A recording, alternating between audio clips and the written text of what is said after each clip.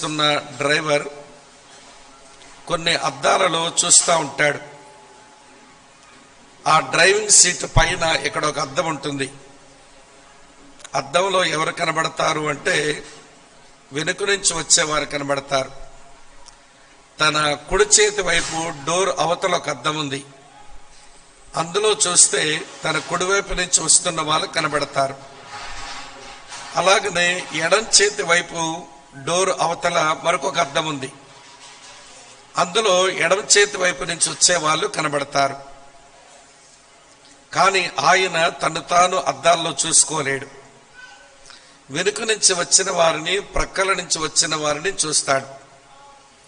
కానీ అదే డ్రైవర్ తన వాష్రూమ్లోనికి వెళ్ళి అందులో ఉన్న అద్దం ముందు తను నిలబడి దానికంటే ముందు తలుపేసుకుని తన అద్దం ముందు నిలబడినప్పుడు అద్దములో తను మాత్రమే కనబడతాడు. వేరొకరు వాష్రూమ్లో తనకు కనబడరు.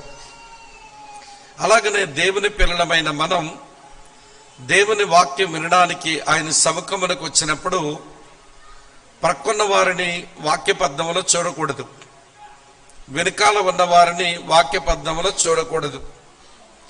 రహస్యమైన స్థలములోనికి వచ్చినాము అన్నట్టుగా ఆ వాక్యపు అద్దంలో మనలను మనమే చూసుకోవడం అది చాలా ప్రయోజనకరం. ఆ దిశగా మనం అడుగులు వేయకపోతే ఇంత వ్యయప్రయాసాలకు వచ్చి జరిగించిన ఈ సభల ఫలం మనం ఏమీ పొందుకోని మనుషులంగా మిగిలిపోతాం. చాలా కార్యక్రమాలు సంఘం పక్షంగా చేస్తూ ఉంటాము. మరి ఈ సభలు కూడా అలాంటి కార్యక్రమాల్లో మరొక కార్యక్రమంగా మనకు మిగిలిపోతుందంతే. కానీ వాక్య సంబంధమైన ప్రయోజనం పొందకుండా మనం ఉండిపోవడం అది మనకు సబబు కాదు అని నేను మీకు మనవి చేస్తా ఉన్నాను. ఈ రాత్రి ఈ వర్తమానమైన తర్వాత నేను రాజమండ్రికి వెళ్ళాలి. ఈ రాత్రి ఉదయాన్నే 8:15 నాకున్న ఫ్లైట్ తీసుకుని హైదరాబాద్కి వెళ్ళి అక్కడ నుంచి మరలా కర్ణాటకలో ఒక స్థలానికి వెళ్ళవలసి ఉంది. కనుక ఈ సమయం నేను విస్తరించి ఏదో ఎక్కువసేపు చెబుతానని కాదు, కానీ అలాగని త్వరగా మిమ్మల్ని విడిచిపెట్టేస్తానని కూడా కాదు. ఏమి చెప్పాలో అది చెప్పి నేను ముగించాలని ఆశిస్తా ఉన్నాను. నా ప్రసంగానికి పునాది కొయిర్ వాళ్ళు పాటలు వేశారు కదా. కానుకలు పెట్టే సమయంలో వారు పాడిన పాట నా ప్రసంగానికి ఒక పునాది అయ్యిందన్నట్టు. మళ్ళీ ఆ పాటలో మిమ్మల్ని కలుస్తాను. ఆ కొయిర్ వాళ్ళు ఎవరు కదిలి వెళ్ళకండి, మీ సంగతి ఏదో తేలాలి. ఇప్పుడు మంచిది, మంచి పాట పాడారు. మరోసారి మీ అందరికీ వందనాలు. నా ప్రయాణం కొరకు, మా పరిచర్య కొరకు కూడా ప్రార్థించండి. అన్న ప్రకాష్ గారు బయలుదేరి ఈ రాత్రి తను కూడా వెళుతూ ఉన్నారు. నేను కూడా వెళ్ళాలి. మరి ప్రేమతో మీరు కనపరిచిన ఆప్యాయతను బట్టి మీకు మరోసారి నా హృదయపూర్వకమైన కృతజ్ఞతలు తెలియచేస్తా ఉన్నాను. ఇక కాలయాపన చేయలేము. 9:30 అవుతుంది. దేవుని వాక్యం చదువుకొని చిన్న ప్రార్థనతో మన ధ్యానాన్ని మనం ఆరంభిస్తాం. యోహాను సువార్త 14వ అధ్యాయం. యోహాను సువార్త 14వ అధ్యాయం మొదటి 3 వచనాలు ఇలా ఉన్నాయి. మీ హృదయమును కలవరపడనీయకుడి. దేవుని యందు విశ్వాసముంచుచున్నారు, నా యందును విశ్వాసముంచుడి. నా తండ్రి ఇంట అనేక నివాస స్థలములు గలవు, లేని ఎడల మీతో చెప్పుదును. మీకు స్థలము సిద్ధపరచ వెళ్ళుచున్నాను. నేను వెళ్ళి మీకు స్థలము సిద్ధపరచిన ఎడల నేనుండు స్థలములో మీరును ఉండులాగన మరలా వచ్చి నా యొద్ద ఉండుటకు మిమ్మును తీసుకుని పోవుదును. ప్రభు ఈ వచనాలు మన ధ్యానం కొరకు దీవించునుగాక. ఆమేన్. మా ప్రియమైన తండ్రి, మీకు కృతజ్ఞతలు చెల్లిస్తున్నాము. స్థానిక సంఘము, దాని అనుబంధ సంఘాలు ఆత్మలో దీవించబడాలి అని ఆశతో నీ సేవకుడు, సంఘ నాయకత్వం కలిసి ఏర్పాటు చేసిన ఈ మంచి కూడికల్లో నేనును నీ సేవకుడు అన్న ప్రకాష్ గారును, ఆయా సమయాలలో మా ప్రియుల ముందు నిలిచి నీ వాక్యంతో వీరికి పరిచర్య చేస్తూ వచ్చాము. ప్రభువా, నీ వాక్యము సుత్తి వంటిదే కాదా, అది బండలను బద్దలు చేయగలదు కదా అని మీరు అన్నారు. నా వాక్యము అగ్ని వంటిదే కాదా అని చెప్పారు. మేము మనుషుల మాటలు వినడానికి ఈ స్థలానికి రాలేదు నాయనా, నీ మాటలు వినడానికి మేము చేరి వచ్చాం. మా అక్కర కొలది మా అవసరమును బట్టి మీరే మాతో మాట్లాడుదరని మరోసారి మమ్మలను మేము నీ దయగల నీ కృపగల హస్తములకే అప్పగించుకుంటూ స్థానిక సంఘ కాపరిని బట్టి, సంఘ కార్యవర్గమును బట్టి, స్త్రీల సమాజమును బట్టి, యవ్వన బృందమును బట్టి, ఈ కుటుంబాలన్నిటిని బట్టి మీకు స్తోత్రాలు చెల్లిస్తూ ఈ రాత్రి మా మధ్య మీరు సంచరించాలని, మా స్థితిగతులను మీరు ఒప్పించాలి అని నీ కృపను కోరుతూ నీ సహాయాన్ని అర్థిస్తూ యేసునాథుని పేరట స్తోత్రించి ఆరాధించి మీకే ప్రార్థిస్తున్నాము తండ్రి. Amen, amen. ప్రభునందు ప్రియ సహోదరి సహోదరులారా, దెబ్బ ఎక్కడ తగిలిందో మందు అక్కడ వేయాలి. దెబ్బ ఎక్కడ తగిలిందో మందు అక్కడే వేయాలి. ఒకవేళ దెబ్బ ఒక దగ్గర తగిలింది, మందు మరో స్థలములో వేశాము అనుకోండి, మందు యొక్క ప్రయోజనము పొందలేము, అలాగే దెబ్బ కూడా తగ్గదు. కనుక మా శ్రీకాకుళం సామెత ఒకటి ఉంది, సుడి ఒక దగ్గర అయితే చొరకొక దగ్గర వేయకూడదట. అంటే దెబ్బ ఒక దగ్గర తగిలినప్పుడు మందు మరో దగ్గర వేయకూడదట. నా ఉపోద్ఘాతంలో ఈ మాటలు ఎందుకు చెప్పాల్సి వస్తుంది అంటే, పరిశుద్ధ గ్రంథమైన బైబిల్లోని చాలా వచనాలు అవి ఒకందుకు రాయబడ్డాయి, మనం మరొకందుకు వాటిని వాడేస్తూ ఉంటాం. ఆ కారణం చేత ఆ వాక్యాల యొక్క ప్రభావం మన జీవితంలో పడ్డం లేదు. ఆ వాక్యాలు ఎందుకొరకు రాయబడ్డాయో మనం అందుకొరకే వాటిని ఉపయోగిస్తే తప్పనిసరిగా ఆ వచనాల ప్రభావము, దాని శక్తి మన జీవితాల్లో మనం అనుభవించవచ్చు. సరే, ఇంతకీ ఈ మాట నేను ఎందుకు చెప్పాను అంటే, ఈ రాత్రి మన ధ్యానం కొరకు చదివిన ఈ 3 వచనాలు, మీ హృదయములను కలవరపడనీయకండి. దేవుని యందు విశ్వాసం ఉంచారు, నా యందును విశ్వాసం ఉంచండి. మీకు స్థలము సిద్ధపరచ వెళ్ళుచున్నాను. లేని ఎడల నా తండ్రింట అనేక నివాసముల కలవు, లేని ఎడల మీతో చెప్పుదును. మీకు స్థలము సిద్ధపరచ వెళ్ళుచున్నాను. నేను వెళ్ళి మీకు స్థలము సిద్ధపరిచిన ఎడల నేనుండు స్థలములో మీరును ఉండులాగున మరలా వచ్చి నా యొద్ద ఉండుటకు మిమ్మును కొనిపోవదును అన్నాడు. ప్రియులారా, ఈ వచనాలు సహజంగా క్రైస్తవులు ఎక్కడ చదువుతారు అని అంటే జ్ఞాపకానికి తెచ్చుకోండి. ఈ వచనాలు సహజంగా మనం ఎక్కడ చదువుతాము అంటే ఆ జ్ఞాపకార్థ కూడిక దగ్గర, లేదా సమాధి కార్యక్రమం దగ్గర, లేకపోతే ఒక సమాధి డొక్కులో ఒక మృతదేహాన్ని అక్కడ పెట్టి భూస్థాపన కార్యక్రమం జరిగించే ఆ కార్యక్రమం దగ్గర ఈ 3 వచనాలు చదువుతాం. ఎందుకంటే ఆ కార్యక్రమానికి 3 వచనాలు భలే బాగా సూట్ అవుతాయి. అందుకే అక్కడ ఈ వచనాలు చదువుతాం. కానీ నాకు ఎప్పటికీ ఒక విడ్డూరం, అది ఆశ్చర్యం ఏంటనంటే, ఒక పెళ్లి కొడుకు మాటలు ఇది సమాధి డొక్కు మాటలు ఎందుకు అయినాయో నాకు ఇప్పటికి అర్థం కావడం లేదు. మీకేమన్నా తెలిస్తే నాకు చెప్పండి. ఇది పెళ్లి కొడుకు మాట్లాడే మాటలు, ఇవి సమాధి డొక్కు మాటలై నిలిచినాయి. ప్రియులారా, అక్కడికి సూట్ అయినాయి కాబట్టి ఆ వచనాలు వాడేస్తున్నాం. నేను ముందే చెప్పాను మీకు ఒక మాట, దెబ్బ ఎక్కడ తగిలిందో మందు అక్కడే వెయ్యాలి. బైబిల్లోని వచనాలు ఎందుకు రాయబడ్డాయో అందుకే వాటిని అర్థం చేసుకోవాలి. లేకపోతే దాని తీవ్రత, దాని సారం మనం మిస్ అవుతాము అని మీరు గమనించాలి. ఈ భాగమే కాదండి, బైబిల్లో చాలా వచనాలు మనం అట్లనే వాడతాం. ఉదాహరణకి ఇలా చెప్తాను వినండి. కాగా క్రీస్తునందున్నవాడు నూతన సృష్టి, పాతవి గతించెను, ఇగో సమస్తమును క్రొత్తవాయెను. ఎప్పుడు వచ్చిన మన జ్ఞాపకం వస్తుంది? న్యూ ఇయర్ వచ్చినప్పుడు, న్యూ ఇయర్ వచ్చిన. కానీ పౌలు భక్తుడు ఆ వచనం నూతన సంవత్సరం వచ్చినమని రాయిలా.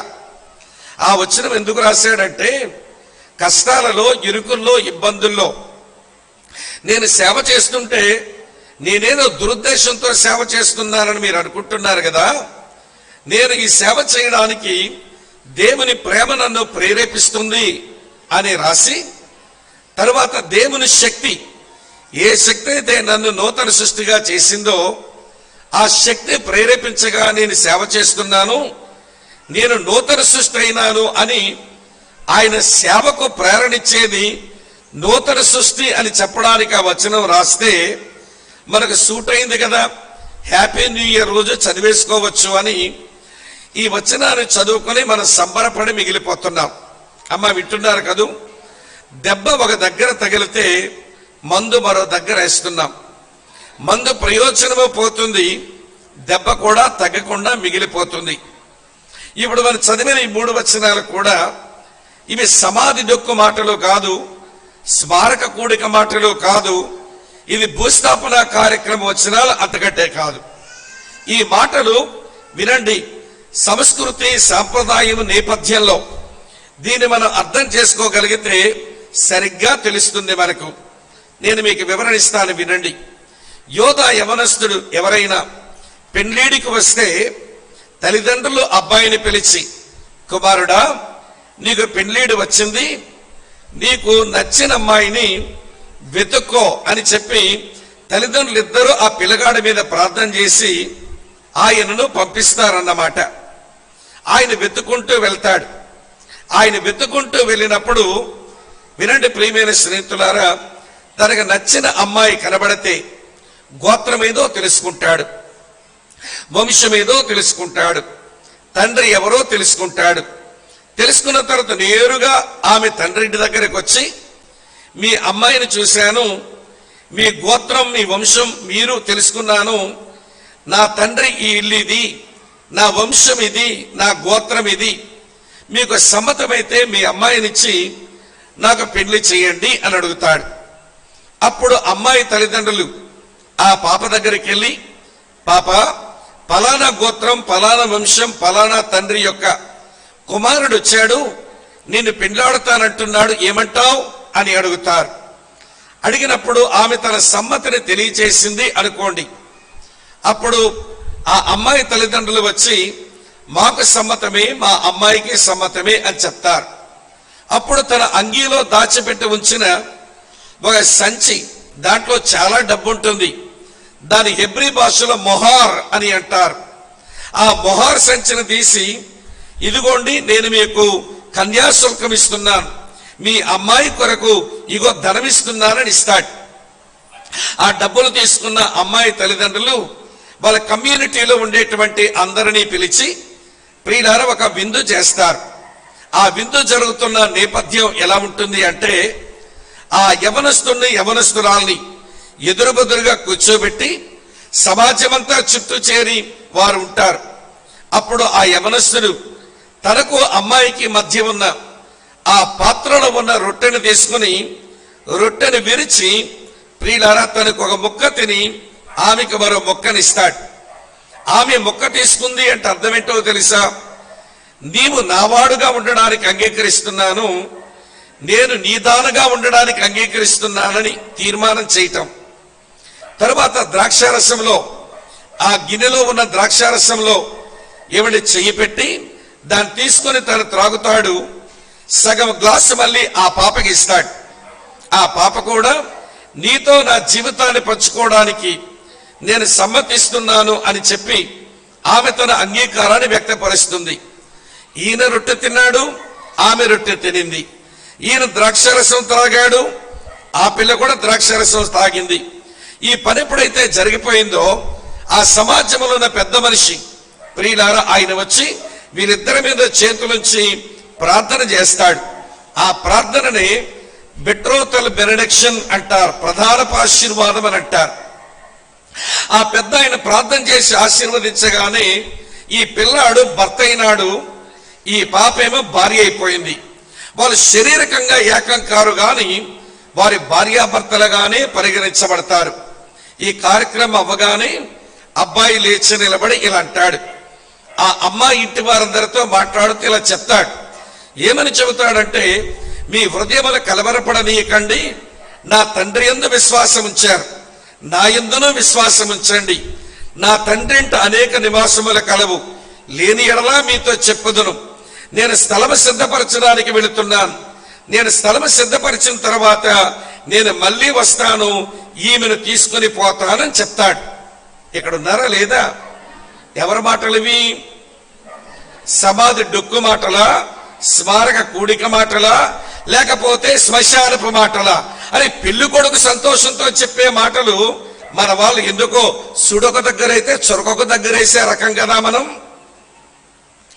వాక్యం ఒక అందుకు రాయబడుతుంది, మనం ఒక అందుకు వాడేసుకో. సూట్ అయింది కదండి మాకు.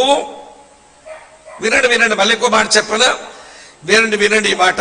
ప్రకటన గ్రంథం 3:20 ఇదిగో తలుపునద్ద నిలుచుండి తట్టుచున్నాను, ఎవడైనా నా స్వరము విని తలుపు తీస్తే నేను అతని యొద్దకు వచ్చి అతనితో నేనును నాతో కూడా అతనును భోజనము చేయదము అన్నాడు.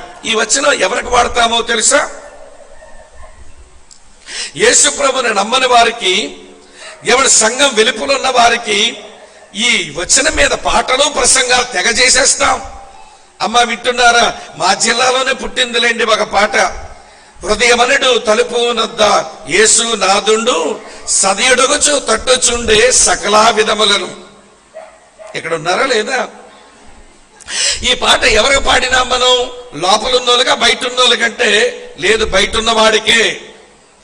తెరువు నీ హృదయ ద్వారంబు నేడే, ప్రభు యేసునందే రక్షణ కలదని ఆ వచనాన్ని ఆధారం చేసుకుని ఈ పాట కూడా పాడాం. ఎవరికి పాడాం ఈ పాట? లోపల వాళ్ళగా బయట ఉన్న వాళ్ళకంటే బయట ఉన్న వాళ్ళకే పాడాం.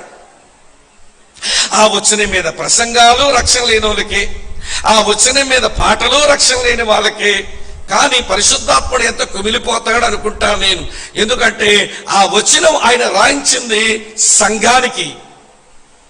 హే లవోదీక సంఘమా, మీరు నన్ను బయట పెట్టి మీరు లోపల మీ కార్యక్రమాలు చేసుకుంటున్నారు, నాకు అవకాశం ఇవ్వండి, లోపలికి రానియండి, నేను మీ జీవితంలోకి రానివ్వండి అని ఆయన తలుపు బయట ఉండి ఆయన తడుతుంటే సంఘమేమో తలుపేసుకుని లోపల కార్యక్రమాలు చేసుకుంటే ఆయన సంఘం యొక్క తలుపులు తీయమంటే మనమేమో అన్యులారా, మారు మనసు లేనులారా, రక్షణ పొందనులారా, మీ హృదయమనే తలుపు తెరవండి అని ఆ వచనాన్ని ఆధారంగా చేసుకుని పాట పాడాము, ప్రసంగము చేశాం.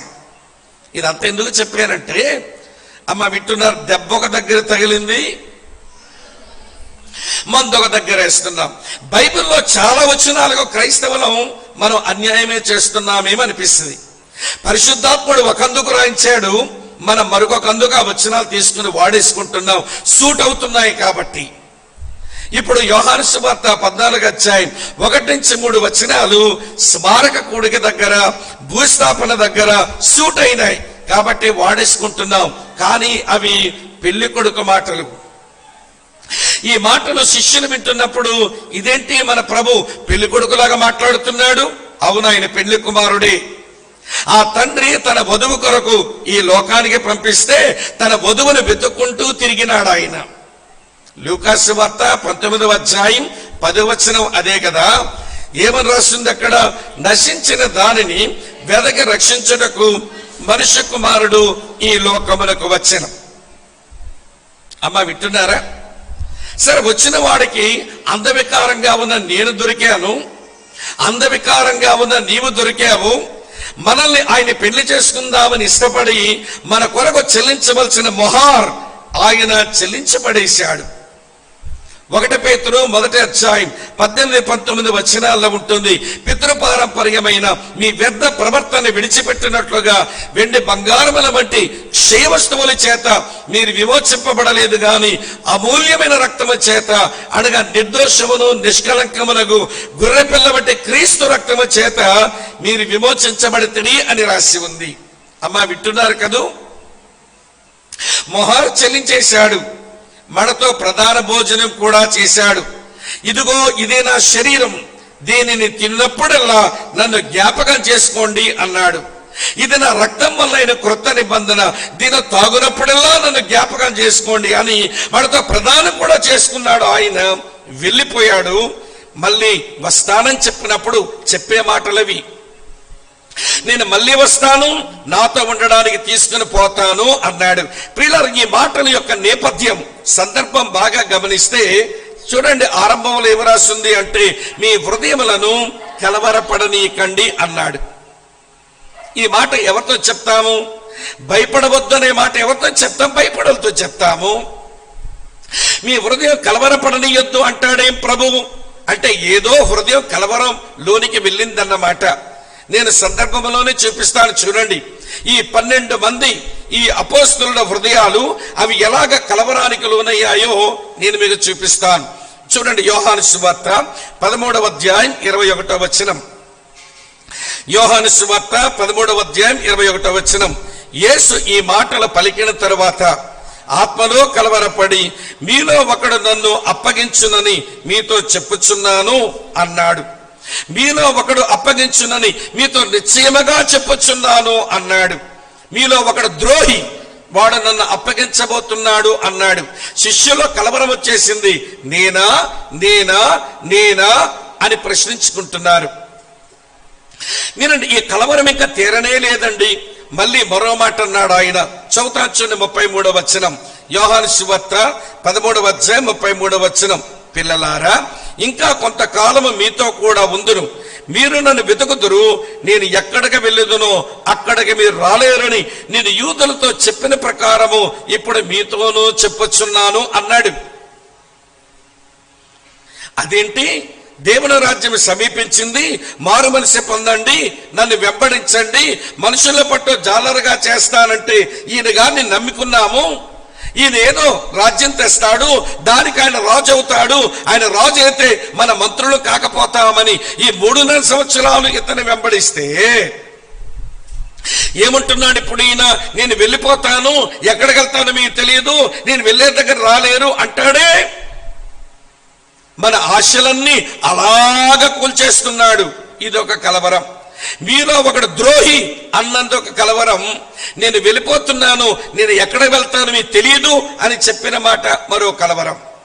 ఈ 2 కలవరాలు చాలవన్నట్టు ప్రభు నోట నుంచి మరో మాట వచ్చింది. చూపిస్తాను చూడండి. అదే యోహాను సువార్త 13వ అధ్యాయంలో చదువుతాను చూడండి ప్రియులారా. 38వ వచనం. యేసు, నా కొరకు ప్రాణం పెట్టుదువా? ఆయనను ఎరుగనని నీవు ముమ్మారు చెప్పక మునుపు కోడి కూయదని నీతో నిశ్చయముగా చెప్పుచున్నాను అనెను. పేతురే కొంచెం ధైర్యవంతుడు, పేతురే కొంచెం గట్టి విశ్వాసి, పేతురే కొంచెం బాగా మాట్లాడగలిగిన వాడు. అలాంటి పేతురన్నే యేసు ఎవరో నాకు తెలియదని ముమ్మారు పొంకే ఒక రోజు వస్తుందంటే మా బోటోల గతేమవుతుంది అని మరొక కలవరం వాళ్ళ జీవితంలో చోటు చేసుకుంటుంది. మీలో ఒకడు ద్రోహి అన్నందుకు కలవరం. అమ్మా, ఆలకిస్తున్నారా? నేను ఎక్కడికి వెళ్తానో మీకు తెలియదు అన్న మాట కలవరం. పేతురు, నన్ను ఎరగనని ముమ్మారు పొంకేస్తావు అనే మాట కలవరం. ఈ కలవరాలతో వాళ్ళ గుండె పట్టేస్తే ఈ బైబిల్ దేవుడు ఎట్లాంటి వాడో తెలుసా? తన ప్రజలు బాధపడితే బాధపడతాడు, మనం కలవరపడితే మనతో కలిసి కలవరపడతాడు, మన కన్నీరు కారుస్తే మనతో పాటు కన్నీరు కారుస్తాడు. అందుకే బైబిల్లో ఈ మాట ఉంది. యెషయా గ్రంథం 63వ అధ్యాయం. యెషయా గ్రంథం 63వ అధ్యాయం మీ కొరకే చదువుతాను చూడండి మిత్రులారా. ఈ మంచి మాట యెషయా గ్రంథం 63వ అధ్యాయం 9వ వచనం. వారి యావత్ బాధలో ఆయన బాధనుందెను అని చదువుతాం.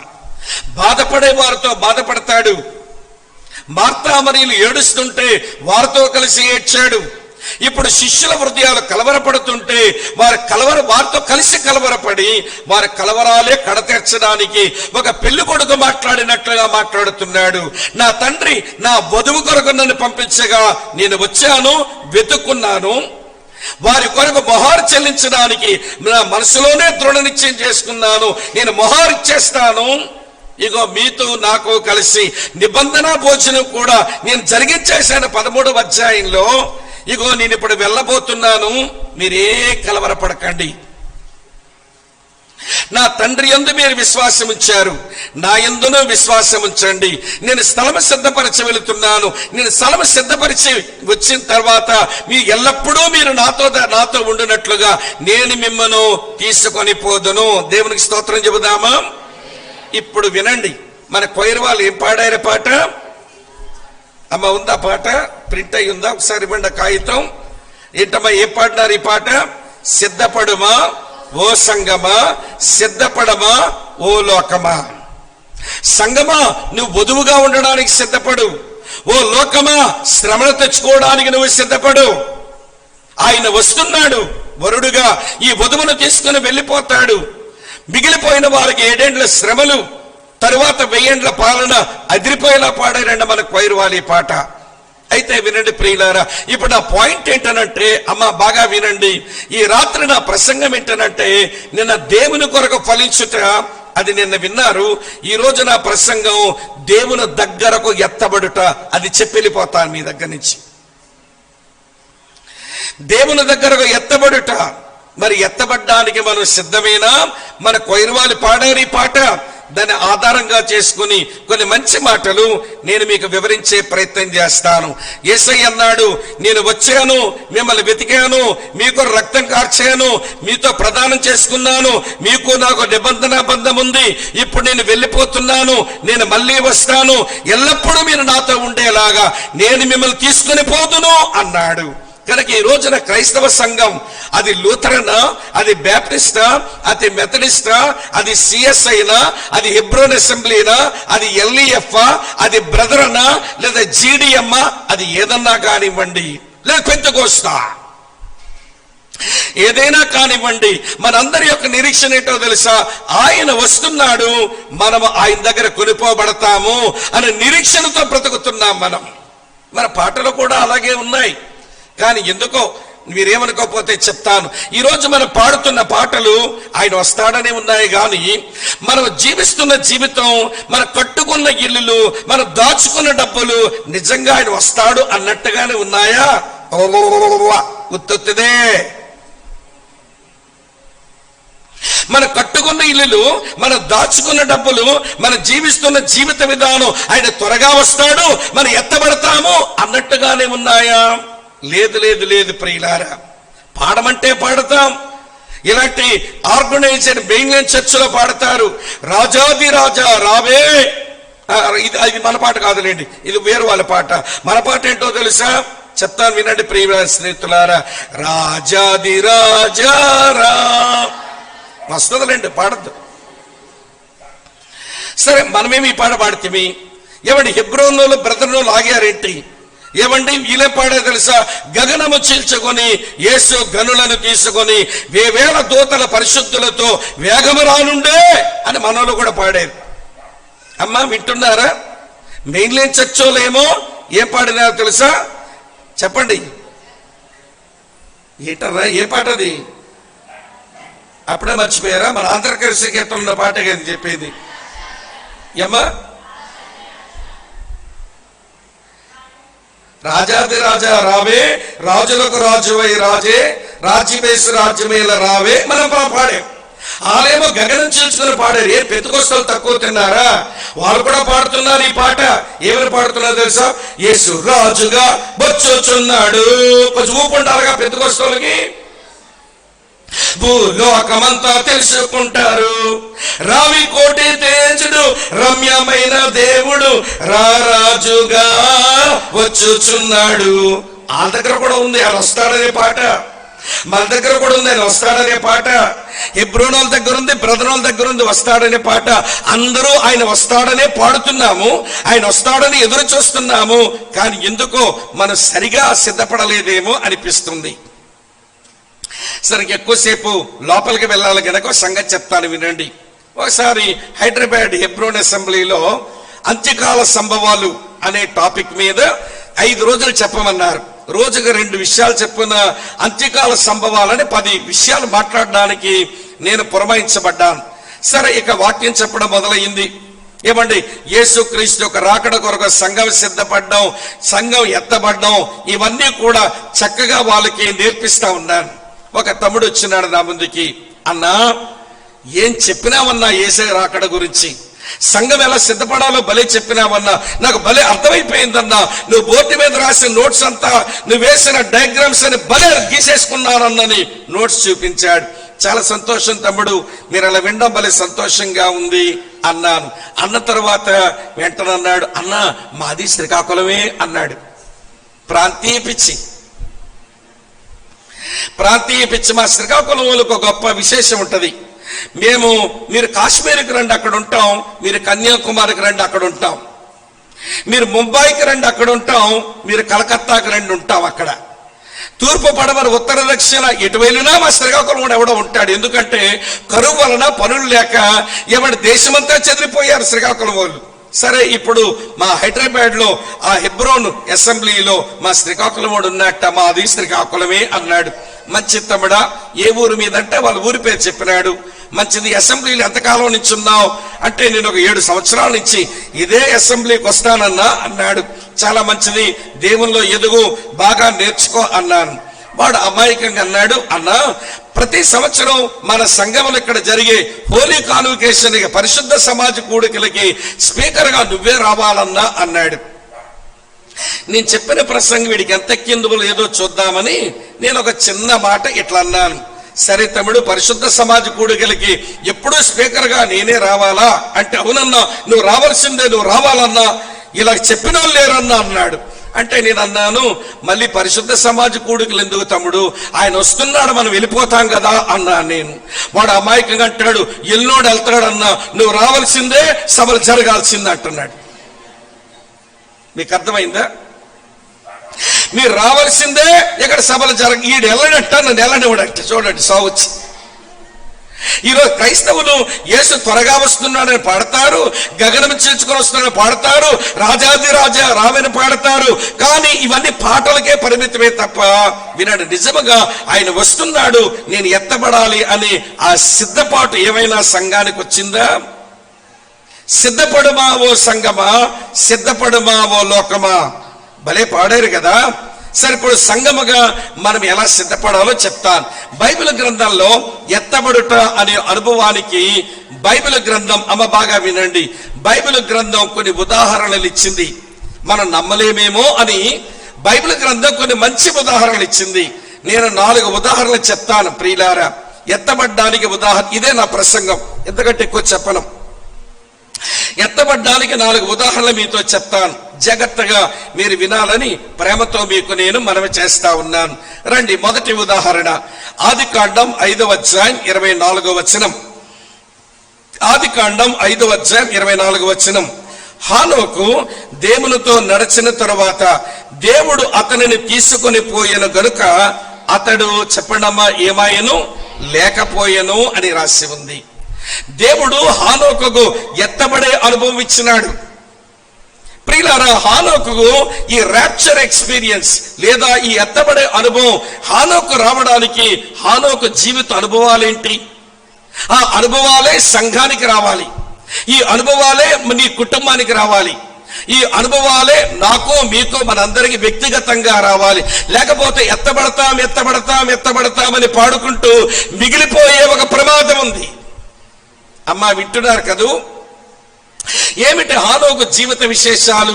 చాలా సంగతులు చెప్పగలుగుతాను కానీ అన్నీ వివరించలేను గనక ప్రియులారా, ఒక 2 లేదా 3 నేను మీకు జ్ఞాపకం చేస్తాను. నాతో రండి, మంచి విషయాలు జ్ఞాపకం చేస్తాను. హెబ్రీలకు రాసిన పత్రిక 11వ అధ్యాయం. హెబ్రీలకు రాసినటువంటి పత్రిక 11వ అధ్యాయం చూడండి. 6వ వచనం ఇలా రాసి ఉంది. 5వ వచనం, క్షమించండి. హెబ్రీ పత్రిక 11వ అధ్యాయం 5వ వచనం. విశ్వాసమును బట్టి హానోకు మరణమును చూడకుండానట్లు కొనిపోబడెను, అది ఎత్తబడెను.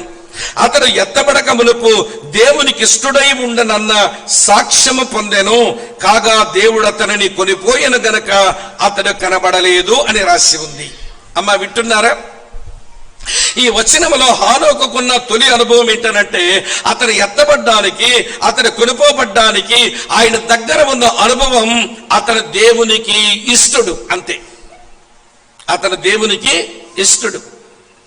వినండి, ఇలా మీతో చెప్తాను, మన దగ్గర ఏముంటే దేవునికి ఇష్టం అవుతాము, మన దగ్గర ఏమి లేకపోతే దేవునికి ఇష్టం కాలేము. ఇది కొంచెం మనకి తెలియాలి. ఇది తెలియాలంటే ఒక భాగం చూడాల్సిందే. కొరింథీయులకు రాసిన మొదటి పత్రిక 10వ అధ్యాయం నేను మీ కొరకు చదువుతాను, చూడండి. కొరింథీయులకు రాసిన మొదటి పత్రిక 10వ అధ్యాయం నేను చదువుతున్నాను, 5వ వచనం. అయితే వారిలో ఎక్కువ మంది దేవునికి ఇష్టలుగా ఉండకపోయిరు గనక అరణ్యములో సంహరించబడిరి. అమ్మ వింటున్నారా? వారిలో ఎక్కువ మంది దేవునికి ఇష్టలుగా ఉండకపోయిరి, అందుకే అరణ్యములో వారు సంహరించబడిరి. అక్క చెల్లి తమ్ముడన్నా వినండి, ఎవరి గురించి రాసినాడు పౌలు ఈ మాట అంటే ఇశ్రాయేలీయుల గురించి రాశాడు. వారు అరణ్యములో సంహరించబడ్డానికి గల కారణం వారు దేవునికి ఇష్టలుగా లేరు. ఎందుకు వారు దేవునికి ఇష్టలుగా లేరంటే వారి లోపల ఉండవలసిన విశ్వాసం వారికి సరిగా దేవుని పైన లేదు. అది విషయం. అందుకే హెబ్రీ 11:6 ఇలా రాశాడు, విశ్వాసము లేకుండా దేవునికి ఇష్టడై ఉండుట చెప్పండి అసాధ్యం, అసాధ్యం. ఇలా మీతో ఒక మాట చెప్పనివ్వండి. ఈ రోజున హానోకు ఎత్తబడ్డానికి గల కారణం అతను దేవునికి ఇష్టడు. అతను దేవునికి ఇష్టడవడానికి గల కారణం అతని లోపల ఉన్న విశ్వాసం. ఇలా మిమ్మల్ని అడగనివ్వండి ప్రియులారా, ఈరోజు మన విశ్వాసులమే అంటారా? Are you a believer? నువ్వు విశ్వాసమేనా? వినండి వినండి వినండి ప్రియమైన స్నేహితులారా, ఈ మాట మీకు జ్ఞాపకం చేస్తాను. మనం విశ్వాసులము అయిన మాట నిజమైతే ఇలా మీతో చెప్తాను, ఆలకించండి ప్రియులారా. విశ్వాసులము అనే మాట నిజమైతే దాని వెనకాల విధేయత దానికదే వచ్చి తీరాలి. విశ్వాసమునకు చిట్టి చెల్లెలు విధేయత. అమ్మ వింటున్నారా? మన దేవునికి విధేయత మన కనపరచడం లేదంటే మన లోపల ఉన్న విశ్వాసం ఏమి విశ్వాసం అండి? అమ్మ వింటున్నారా? యేసు ప్రభువు శిష్యులను చూసి ఒక మాట ఇట్లన్నాడు. ఏమన్నాడు తెలుసా? అల్ప విశ్వాసులారా మీరు ఎందుకు చింతిస్తున్నారు అన్నాడు. అంటే చింతలేని విశ్వాసమే నికరమైన విశ్వాసము, చింతతో కలిసిన విశ్వాసము నకిలీ విశ్వాసము. వేదిక మీద ఉన్న మా దగ్గర నుంచి కింద ఉన్న వాళ్ళు అందరి వరకు చూస్తే ఏమి చింతలో చింతలు. ఏం తింటాం, ఏం త్రాగుతాం, ఏం ధరించుకుంటాం, భవిష్యత్తు ఏంటి, నా పిల్లలేంటి, ఒకటే హైరానా అండి. అన్ని చింతలే. మళ్ళీ మీ ఎవరండి? బిలీవర్స్ అంటారు. మరి బిలీవర్ అయితే మరి నీ చింత యావత్తు ఆయన మీద వేసి నిశ్చింతగా ఉండాలిగా. మరి నీవు అంత నిశ్చింతగా కనబడడం లేదంటే నీ ముఖం చూస్తేనే కనబడుతుంది. పేడ ముఖం వేసుకొని కనబడుతున్నావు, పిడక ముఖం క్రైస్తవుడా. ఏది నిశ్చింతగా ఎక్కడుంది నీ ముఖం? ఊసురోమని దుమదుమలాడుతుంది, బొగ్గులు పోయిలాగా ముఖం. ఏమండి ఆ నిశ్చింతగా ఉండే అనుభవం ఎక్కడుందండి? ఏదో దిగులు, ఏదో కలవరం, రేపేమైపోతుందో, నా కూతురు ఏమైపోతుందో, నా కొడుకు ఏమైపోతాడో, ఏం తింటానో, ఏం త్రాగుతానో, ఏం బట్టలు వేసుకుంటానో అని చింతతో కలిసిపోయింది మన విశ్వాసం. ఈ విశ్వాసాన్ని ప్రభు మెచ్చలేదు. వింటున్నారా? అదే ప్రభు సముద్రం మీద ప్రయాణం చేస్తూ శిష్యులతో అన్నాడు, అల్ప విశ్వాసులారా ఎందుకు భయపడుతున్నారు అన్నాడు. అంటే భయముతో కలిసిన విశ్వాసం నకిలీ విశ్వాసము, భయమునకు వేరుగా ఉన్న విశ్వాసము నికరమైన విశ్వాసం. దేవునికి స్తోత్రం చెబుదామా? భయం నుంచి విడుదల వచ్చిందా మన విశ్వాసానికి? ఇక్కడ ఉన్నారా లేదా అమ్మ? విడుదల వచ్చిందా? మళ్ళీ మీరు ఎవరండి? మేము బిలీవర్స్ అండి. ఏం బిలీవర్ వల్లకాడు? నీ దగ్గర చింత పోలేదు, నీ దగ్గర భయమో పోలేదు. పేతురును ఉద్దేశించే ప్రభు అన్నాడు, అల్ప విశ్వాసి ఎందుకు సందేహపడితివి అన్నాడు. నేను చెప్పిన ఈ 3 విషయాలు మత్తయి సువార్త 6వ అధ్యాయంలో ఉంటుంది ఒకటి, మత్తయి సువార్త 8వ అధ్యాయంలో ఉంటుంది ఒకటి, మత్తయి సువార్త 14వ అధ్యాయంలో ఉంటుంది ఒకటి. కనుక ప్రియులారా వినండి, దేవుడు ఇష్టలుగా చేసుకునేది నికరమైన విశ్వాసం గల వారిని, నకిలీ విశ్వాసుల్ని కాదు. చింతతో కలిసిన, భయముతో మిళితమైన, సందేహాలతో కలిసిపోయిన విశ్వాసాలతో జీవించి మేమో విశ్వాసులమే అని అంటే no no no no no, నువ్వు దేవునికి ఇష్టమైన వ్యక్తివి కాలేవు, నేను కాలేను అని లేఖనం మనకు బోధ చేస్తున్నది. ఇంతకంటే ఎక్కువ చెప్పలేను. ఇది మొదటి మాట. హానోకు ఎత్తబడిపోవడానికి గల కారణం అతను దేవునికి ఇష్టడు, విశ్వాసమును బట్టి దేవునికి ఇష్టడు. మరి మనం సిద్ధపడతామా? సిద్ధపడుమా ఓ సంగమా అని పాడిన మన యవనస్తులు మన ఛాలెంజ్ చేస్తున్నారు.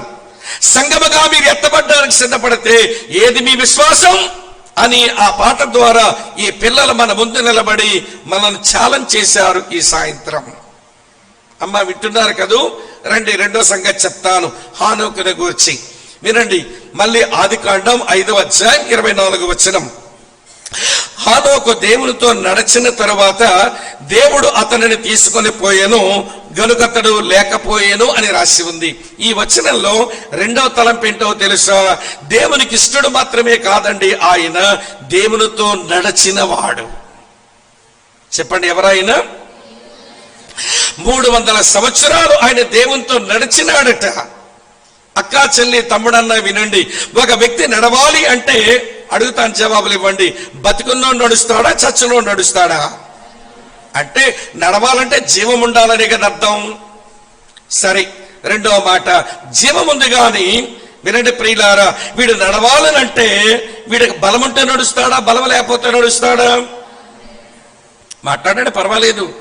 బలం ఉంటే నడుస్తాడు. సరే, నడవాలంటే బలం కూడా ఉండాలి.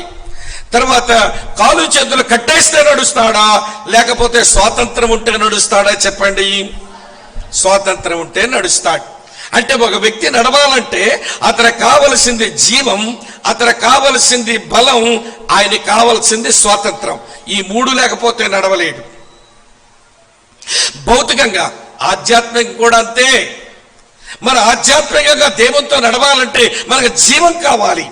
1 యోహాను పత్రిక 5:12 ఇలా రాసి ఉంది, దేవుని కుమారుడు అంగీకరించేవాడు జీవము గలవాడే, దేవుని కుమారుడు అంగీకరింపనివాడు జీవము లేనివాడే. యేసు దేవుని కుమారుడు అంగీకరించాం గనక మన జీవము గలవారమే. ఇది నమ్మడం చేత కావాలి. పౌలు భక్తుడు తిమోతితో రాస్తుంటాడు, 2 తిమోతి 2వ అధ్యాయం 1వ వచనంలో, నా కుమారుడా, క్రీస్తు యేసునందున కృపచేత బలవంతుడు కమ్ము అన్నాడు. దేవుని కృపచేత బలమందాలి. దేవునితో నడవాలంటే జీవం ఆయన ఇస్తున్నాడు. దేవునితో నడవాలంటే బలం ఆయన ఇస్తున్నాడు. 3వ మాట చెప్తాను వినండి. గలతీ పత్రిక 5వ అధ్యాయం 1వ వచనంలో, క్రీస్తు ఈ స్వాతంత్రమును అనుగ్రహించి మన స్వతంత్రులుగా చేసి ఉన్నాడు, కావున మన దాస్యం కింద చిక్కుకోకండి అన్నాడు. అమ్మ వింటున్నారా? ఇదేమిటిది అంటే స్వాతంత్రం యేసయ్యే ఇచ్చినాడు. జీవం ఇచ్చింది ఆయనే, చెప్పండి. బలం ఇచ్చింది ఆయనే, తర్వాత స్వాతంత్రం ఇచ్చింది ఆయనే. ఈ 3 ఇచ్చి మనం దేవునితో నడిచే వాళ్ళగా చేస్తే మరి మనం నడవకపోతే ఎట్లా చెప్పండి?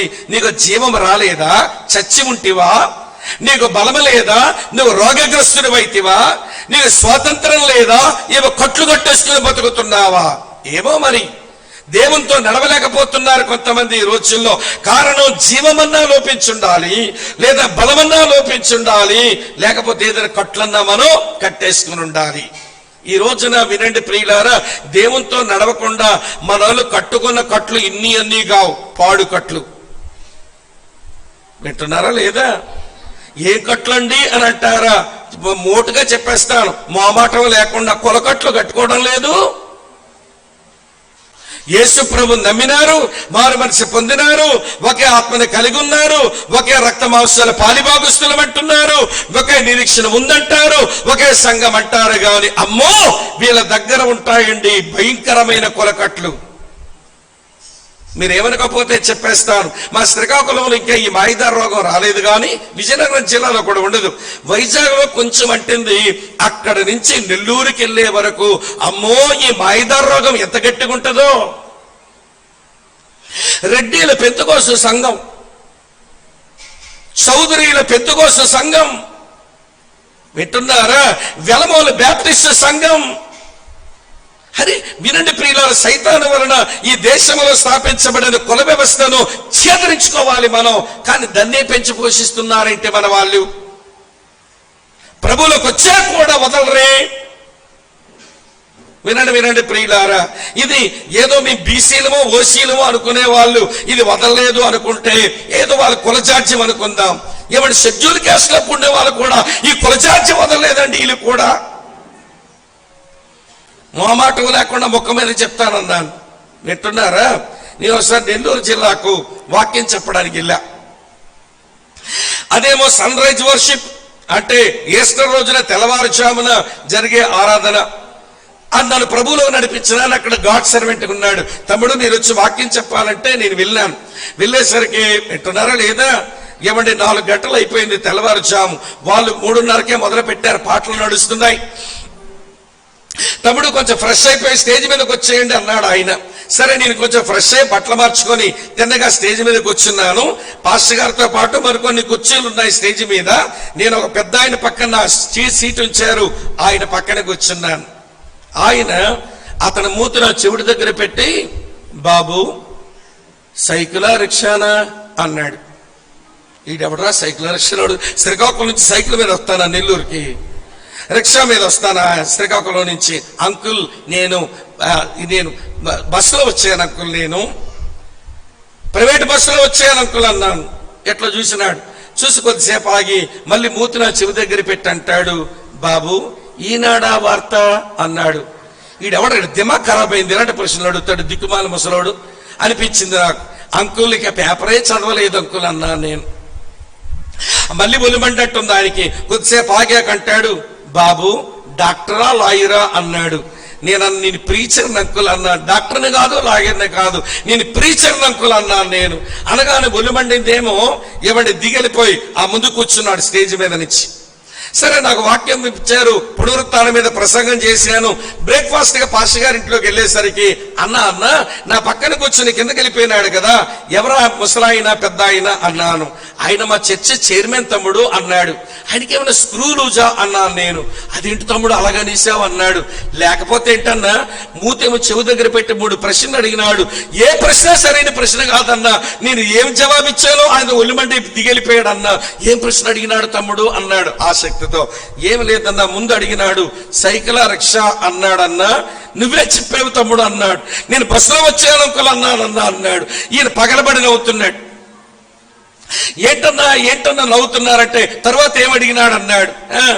ఈనాడా వార్త అన్నాడన్నా అన్నాడు. నువ్వేం చెప్పినావన్నాను. నేను పేపర్ చదవలేదు అంకుల్ అన్నాను. మళ్ళీ నవ్వుతున్నాడు. తర్వాత ఏమడిగినాడు అన్నాడు. నీవేమో ఏమండి డాక్టరా లాయరా అన్నాడు. నేనేమో ప్రీచర్ అన్నాను. పగలబడినవి. తమ్ముడు మీ శ్రీకాకుళంలో ఈ దరిద్రం లేదు గాని ఈస్ట్ గోదావరి జిల్లా నుంచి ఈ నెల్లూరు వరకు దరిద్రం ఒకటి ఏడ్చింది తమ్ముడు. ఏమిటన్నా దరిద్రం అంటే, సైకిలా రిక్షా అన్నాడు కదా, అంటే ఏమడిగాడో తెలుసా? నువ్వు 2 అక్షరాల కొలపోడువా 3 అక్షరాల కొలపోడువా? సైకిల్కి 2 చక్రాలు ఉంటాయి, రిక్షాకు 3 చక్రాలు ఉంటాయి. అంటే ఆయన అడిగిన ప్రశ్న ఏంటో తెలియదా తమ్ముడా నీకు? నువ్వు మాలోడువా మాదిగోడువా అని అడిగాడు తమ్ముడు నీకు అన్నాడు. ఓ దిక్కుమాల సంత, దీనికి ఎంత వేదాంతం ఒకటి ఏడిసి అలావని, దీనికి పెద్ద వేదాంతం ఒకట. వినండి, మళ్ళీ నాకు కొంచెం అర్థమైపోయింది ఇప్పుడు. ముందు తర్వాత ఏమైనా ఈనాడా వార్త అన్నాడు. అంటే 3 అక్షరాల ఈనాడోడువా లేకపోతే 2 అక్షరాల వార్తోడు అని అడిగినాడు అన్నమాట.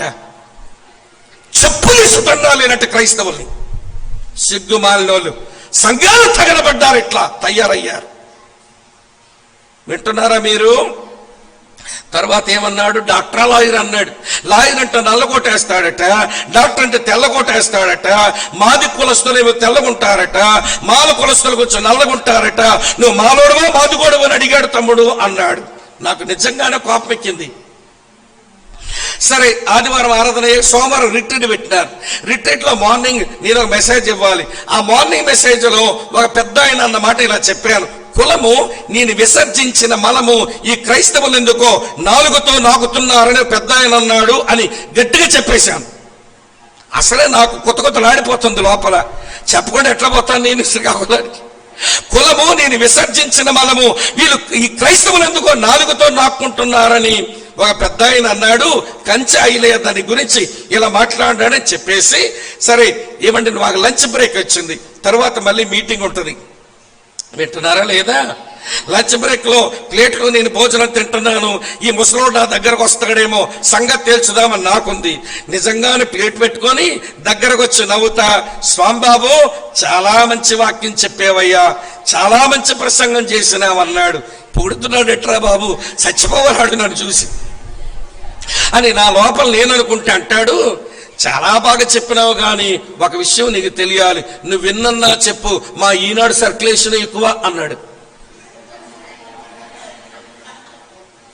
నువ్వు విన్నన్నా చెప్పు, మా ఈనాడు సర్క్యులేషన్ ఎక్కువ ఎక్కడ అన్నాడు. అనగానే ఇంకో బ్రదరు ప్లేట్లో తింటూ తింటూ నవ్వుతూ నా వైపు చూసి, బ్రదర్ స్వామి గారు కొంచెం ఆయన చెప్పండి, వార్త పుంజుకుంటుందని అంటున్నాడు ఇట్లా ఎంగిల్ చేత్తో. ఇలాంటి వాళ్ళు సంఘాల్లో తగలబడి వాళ్ళ సంఘ పెద్దలు చెప్పు తీసుకున్నారు ఒక పెద్దని. ఈ ఎనగాల తరానికి ఏమి నేర్పిస్తారు దిక్కుమాలిన పెద్దలు? ఇదా మీ నీతి? ఇదా క్రైస్తవ్యం? ఇదా ఆత్మీయత? ఇన్ని కట్లు కట్టుకొని మీరేం నడుస్తారు దేవునితో?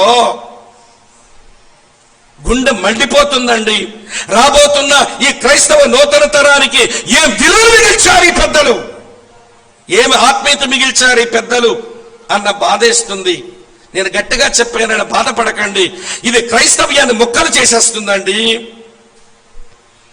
ఇది క్రైస్తవ్యాన్ని మొక్కలు చేసేస్తుంది దరిద్రపు కట్లు. గట్టిగా చెబితే ఎంత గట్టిగా రుస్తాడా అంటారు. వినండి ప్రియులారా, వీళ్ళందరూ నా దృష్టిలో కనబడుతున్నారు. ఈ తరానికి ఏమైనా ఒక అర్థవంతమైన క్రైస్తవ్యం, నిజాయితీ గల క్రైస్తవ్యం, నికరమైన క్రైస్తవ్యం ఈ యూత్ కొరకు ఏమైనా మిగులుస్తామా, లేకపోతే పాడు క్రైస్తవ్యం వీళ్ళు ఒడిలో పోస్తామా? ఆలోచించండి ఒక్కసారి. హానోకు ఎత్తబడ్డాడు, కారణం నడవవలసినట్టుగా దేవునితో నడిచాడు. దేవునికి స్తోత్రం చెబుదామా? దేవునికి ఇష్టడు మొదటి మాట, దేవునితో నడిచిన వాడు రెండో మాట. సిద్ధపడుమా ఓ సంఘం అని పాడినప్పుడు మనము దేవునితో నడవకపోతే, మనం దేవునికి ఇష్టం అవ్వకపోతే సంఘముగా, కుటుంబాలుగా మనం ఎలా ఎత్తబడతామో చెప్పండి. ఇది నిజంగా ఒక ఆత్మ పరిశీలన చేసుకోవలసిన ఒక గంభీరమైన రాత్రి ఈ రాత్రి మనకు. రెండో సంగతి, మూడో సంగతి చెప్తాను రండి. హానోకుని గురించి ఒక మాట. యోధా పత్రిక చదువుతాను చూడండి, 14వ వచనం. యోధా పత్రిక 14-15 వచనాలు చూడండి ఏమి రాసిందో. ఆదాము మొదలుకొని 7వ వాడైన హానోకు కూడా వీరిని గూర్చి ప్రవచించి ఇట్లనెను, ఇదిగో అందరికీ తీర్పు తీర్చుటకును వారిలో భక్తిహీనులందరూ భక్తిహీనముగా చేసిన వారి భక్తిహీన క్రియలన్నిటిని గూర్చి భక్తిహీనులైన పాపులు తమకు విరోధముగా చెప్పిన కఠినమైన మాటలన్నింటిని గూర్చి వారిని ఒప్పించుటకు ప్రభు వేవేల తన పరిశుద్ధుల పరివారముతో వచ్చెను అని రాసి ఉంది. ఈ వచనంలో హానోకు ఏం చేసిన వాడో తెలుసా? దేవుని వాక్యమును ప్రకటించిన వాడు. అరే భక్తిహీనులారా, రిపెంట్, మారు మనసు పొందండిరా. ప్రభు రాబోతున్నాడు, ఆయన తీర్పు తీరుస్తాడు. మీ భక్తిహీనమైన క్రియలను గూర్చి, మీ భక్తిహీనమైన మాటలను గూర్చి ఆయన తీర్పు తీరుస్తాడు. రిపెంట్, మారు మనసు పొందండి అని దేవునితో నడుస్తూనే మనుషులకు దేవుని వాక్యాన్ని ప్రకటించుకుంటూ పనిచేస్తున్నాడు. అందుకే హానోకు వినండి, దేవునికి ఇష్టడు, దేవునితో నడిచిన వాడు, దేవుని వాక్యం ప్రకటించిన వాడు. ప్రభు వస్తే ఎత్తిపని తీసుకుని పోయాడు. ఈరోజు ప్రభు ఇప్పుడు మళ్ళీ రాబోతున్నాడు తన సంఘాన్ని తీసుకుని వెళ్ళడానికి. ఈరోజు సంఘం దేవునికి ఇష్టంగా తయారు కాకపోతే, సంఘం దేవునికి ప్రియులారా దేవునితో నడవకపోతే, సంఘం దేవుని వాక్యం ప్రకటించకపోతే మనం ఎలా ఎత్తబడతామో చెప్పండి. చెల్లాయిలు పాడారు, సిద్ధపడుమా ఓ సంఘమా, దేవుని వాక్యాన్ని ప్రకటిస్తూ సిద్ధపడు, దేవునితో నడుస్తూ సిద్ధపడు. ప్రియులారా వినండి, దేవునికి ఇష్టలై మీరు సిద్ధపడండి. ఇది హానోకు జీవితం నుంచి ప్రభు మన ముందుకు తెస్తున్న గంభీరమైన 3 పాఠాలు. ఇంకెక్కువ వివరించలేను, మిగిలిన చాలా ఉంటాయి, మీరు ధ్యానం చేసుకోండి హానోకు జీవితాన్ని గురించి. రండి, రెండో ఉదాహరణ ఇస్తాను ఎత్తబడ్డానికి. మరొక ఉదాహరణ రాజులు 2వ గ్రంథం. రాజులు 2వ గ్రంథం 2వ అధ్యాయం. రాజులు 2వ గ్రంథం 2వ అధ్యాయం నేను చదువుతాను చూడండి ప్రియులారా. ఇలా వ్రాసి ఉంది, రాజులు 2వ గ్రంథం 2వ అధ్యాయం 11వ వచనం. వారు ఇంకా వెళ్ళుచు మాట్లాడుచుండగా ఇదిగో అగ్ని రథమును అగ్ని గుర్రములను కనబడి వీరిద్దరిని వేరు చేసెను. అప్పుడు ఏలియా సుడిగాలి చేత ఆకాశమునకు చెప్పండి ఏమాయను, ఆరోహణమాయెను. ఏమండి, హానోకు ఎత్తబడెను, ఏలియా ఆరోహణమాయెను. మనకి అదే అనుభవం ఉంది ముందులో. ప్రభువు వచ్చే వరకు ఒకవేళ బతికుంటే మనం ఎత్తబడాలి, మనం ఆరోహణం అవ్వాలి. ఒకవేళ ముందే మరణిస్తే సమాధుల్లోంచి తిరిగి పునరుత్థానం చెందాలి. మన ప్రభువు దగ్గర సంగముగా మనం ఎత్తబడవలసిన అవసరత ఉంది. రండి, ఏలియాను గురించి కొన్ని మాటలు మీకు చెప్తాను. ఏలియా ఎత్తబడ్డానికి, ఆయన ఆరోహణం అవ్వడానికి ఏమి కారణాలు? మొదటి కారణం వివరిస్తాను, వినండి. రాజులు మొదటి గ్రంథం 17వ అధ్యాయం 2వ వచనం 3వ వచనం ఎట్లుంది? రాజులు మొదటి గ్రంథం 17వ అధ్యాయం 2-3 వచనాలు చూడండి. పిమ్మట యెహోవా వాక్కు అతనికి ప్రత్యక్షమై, నీవు ఇచ్చటి నుండి తూర్పునకు పోయి యొర్దానుకు ఎదురుగా ఉన్న కెరీతు వాగు దగ్గర దాగియుండుము అన్నాడు దేవుడు. ప్రియులారా, ఏలియాకు దొరికిన తొలి అనుభవం కెరీతు అనుభవం. కెరీత్ అనగా అర్థమేంటో తెలుసా? ప్రత్యేకత అని అర్థం. మాట్లాడుద్దామా ఎవరు? కెరీత్ అనగా ప్రత్యేకత అని అర్థం. ఏలియా ప్రత్యేకించబడ్డాడు. కెరీతు వాగు దగ్గర ఉండి నిజముగా దేవుని కొరకు ప్రత్యేకించబడ్డాడు. మీకు తెలుసు కదా, అప్పటికి రాజు ఆహాబు, అప్పటికి రాణి యెజబెలు వాళ్ళు బయలుదేవతారాధన దేశమంతా నింపేశారు. దేశమంతా బయలుదేవత ఆరాధనతో నింపేశారు. దేవుని కొరకు శేషముగా, దేవుని కొరకు ఒక్కడుగా ఏలియా దేవుని కొరకు ఆయన ప్రత్యేకించబడ్డాడు. ప్రియ అక్క, చెల్లి, తమ్ముడు, అన్న వినండి. ఈ రోజున మనము దేవుని దగ్గరగా సంఘముగా ఎత్తబడాలనంటే, సంఘం అంటేనే ప్రత్యేకించబడింది అని అర్థం. ఎక్లీషియా అన్నారు. సంఘానికి గ్రీకు భాషలో ఎక్లీషియా అన్నారు. ఎక్లీషియా అనగా లోకములో నుంచి వేరు చేయబడింది అని అర్థం. మన వేరు చేయబడిన మనుషులం. అందుకని పేతురు తన ప్రసంగంలో ఇలాగన్నాడు. అపొస్తలుల కార్యాలు 2:40లో ఏమన్నాడు తెలుసా? మీరు మూర్ఖమైన వక్ర జనము మధ్య, వినండి, మూర్ఖులైన వక్ర జనమునకు వేరుగా ఉండి రక్షణ పొందండి అన్నాడు. వేరవ్వాలి. 2 కొరింథీ పత్రిక 6వ అధ్యాయం 18-20 వచనాల్లో పేతురు ఏమంటాడో తెలుసా? మీరు వారి మధ్య నుంచి బయలువెడలి మీరు ప్రత్యేకంగా ఉండండి. ఎట్లుండాలటమ్మా? గట్టిగా చెప్పండి, ఎట్లుండాలి? సంఘం అనగా ప్రత్యేకంగా ఉండాలి, లోకములో కలిసిపోకూడదు. యాకోబు 4:4లో యాకోబు అంటాడు, వ్యభిచారులారా, లోక స్నేహము దేవునితో వైరమని ఎరగరా? ఎవడు ఈ లోకమును స్నేహించునో వాడు దేవునికి శత్రువగును అన్నాడు. వింటున్నారా మీరు? మొదటి యోహాను పత్రిక 2:16లో యోహాను అంటాడు, లోకమునైనను లోకములో ఉన్న వాటినైనను చెప్పండమ్మా ప్రేమించకండి అన్నాడు. స్నేహించకండి, ప్రేమించకండి. యాకోబు 1:27 అంటాడు, నిష్కలంకమైన నిజమైన భక్తి ఏంటనంటే లోకమాలిన్యాన్ని అంటించుకోకండి అన్నాడు. లోకమాలిన్యాన్ని అంటించుకోకండి అన్నాడు. రోమా 12:2లో పౌలన్ అంటాడు, మీరు లోక మర్యాదను అనుసరించకండి అన్నాడు. ఈ 4 మాటలు ఏ సంఘం అయితే మర్చిపోతుందో, వినండి, గుర్తెరగదో అది లోకములోనే బతుకుతుంది సంఘం. లోకముతో స్నేహించరాదు, లోకమును ప్రేమించరాదు, లోకమాలిన్యం అంటించుకునరాదు, లోక మర్యాదను అనుసరించరాదు. ఈ రోజున సంఘం దేవుని కొరకు ప్రత్యేకించబడాలి. ఏలియా ప్రత్యేకించబడినట్టుగా సంఘం ప్రత్యేకించబడాలి. ఏలియా ఆరోహణమైనట్టుగా సంఘముగా మన ఆరోహణం అవుతాం. చప్పట్లు కొట్టే దేవుని స్తోత్రం చెబుదామా? రండి. కనుక ప్రత్యేకంగా ఉండే అనుభవాలు నేర్చుకోవాలి. వినండి ప్రియులారా, లోకం ఏమైతే నమ్ముతున్నదో అది మన నమ్మకం కాకూడదు. ప్రత్యేకంగా ఉండాలి మన నమ్మకాలు. లోకములో ఏమి ఆచారాలు ఉంటాయో అది మన ఆచారాలు కాకూడదు. ప్రత్యేకంగా ఉండాలి, వాక్యానుసారంగా జీవించాలి. అమ్మ వింటున్నారా? లోకములో ఏం ఫ్యాషన్ ఉంటాయో అది మన ఫ్యాషన్ కాకూడదు. ఎక్కడ కూడా ప్రత్యేకంగా ఉండాలి. వింటున్నారా లేదా? లోకములో కొన్ని నమ్మకాలు ఉంటాయి. ఈ లోకములో వారు ఏమి నమ్ముతారంటే, ఏదో శుభకార్యం అని చక్కగా స్నానపానాలు చేసి బట్టలు వేసుకొని, ఏమండి, ఇంటిలో నుంచి మొదటడుగు బయట పెట్టగానే పొరిగింట ఆవిడ చిన్ అని తుమ్మింది. పోతారా? మాట్లాడరే, పోరు. ఒకవేళ వెళ్ళినా భయం వేస్తూ ఉంటుంది వీళ్ళకి. ఎందుకంటే నేను ఇంట్లోంచి అడుగు బయట పెట్టగానే తుమ్మింది, పిల్లి ఎదురొచ్చింది, చాకలాయిన మైలు బట్టలతో ఎదురొచ్చినాడు, పిలక పంతులు ఎదురొచ్చినాడు. మరి అడిగి దండం పెడతావుగా? పిలక బంతులు ఎదురైతే రక్తం కారేటంత దెబ్బ తగులుతాయంట ఆ రోజు. అది నమ్మకం లోకస్తులది. ఏమంటే బయలుపట్టలతో చాకలు ఆయన ఎదురైతే కీడు జరుగుద్దట. ఎవరో ఆమె తుమ్మిందంటే అపజయమేనంట ఆ రోజు పని. అది లోకస్తుల నమ్మకం అండి. మన జయాపజయాలు, మన క్షేమము, మన ప్రమాదము అది ఎవరి తుమ్ములో ఆధారపడలేదు, మన దేవుని మీద అది ఆధారపడి ఉంది. అది మన నమ్మకం అవ్వాలి. మళ్ళీ తుమ్మిందండి, ఆగిపోయానండి, ఇక్కడ ఉన్నారా లేదా? పిల్లి ఎదురొచ్చిందండి, వెనకొడుగేసుకుని వచ్చేసానండి. మైలు బట్టలతో చాకలోడు ఎదురొచ్చినాడండి, వెనక్కి వచ్చేసానండి. వింటున్నారా? ఏమి నమ్మకం అండి. నువ్వెక్కడున్నావంటే నువ్వు సంఘములో లేవు. సంఘం అంటే దేవుని కొరకు ప్రత్యేకించబడింది. దీని నమ్మికలే వేరు. నువ్వు లోకస్తులు ఏమి నమ్ముతున్నారో అదే నమ్ముతుంటే నువ్వు ఏ ప్రత్యేకించబడినట్టు చెప్పండి. విన్నారా లేదా మీరు?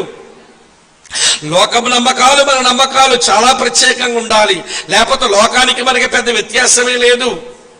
అలాగే లోకాచారాలకు మన ఆచారాలకు చాలా తేడాలు ఉండాలి. లోకాచారాలు ఎట్లుంటాయో తెలుసా? ఇల్లు కట్టుకుంటారు, మా బోటి సేవకులు పిలుస్తారు డెడికేషన్కి.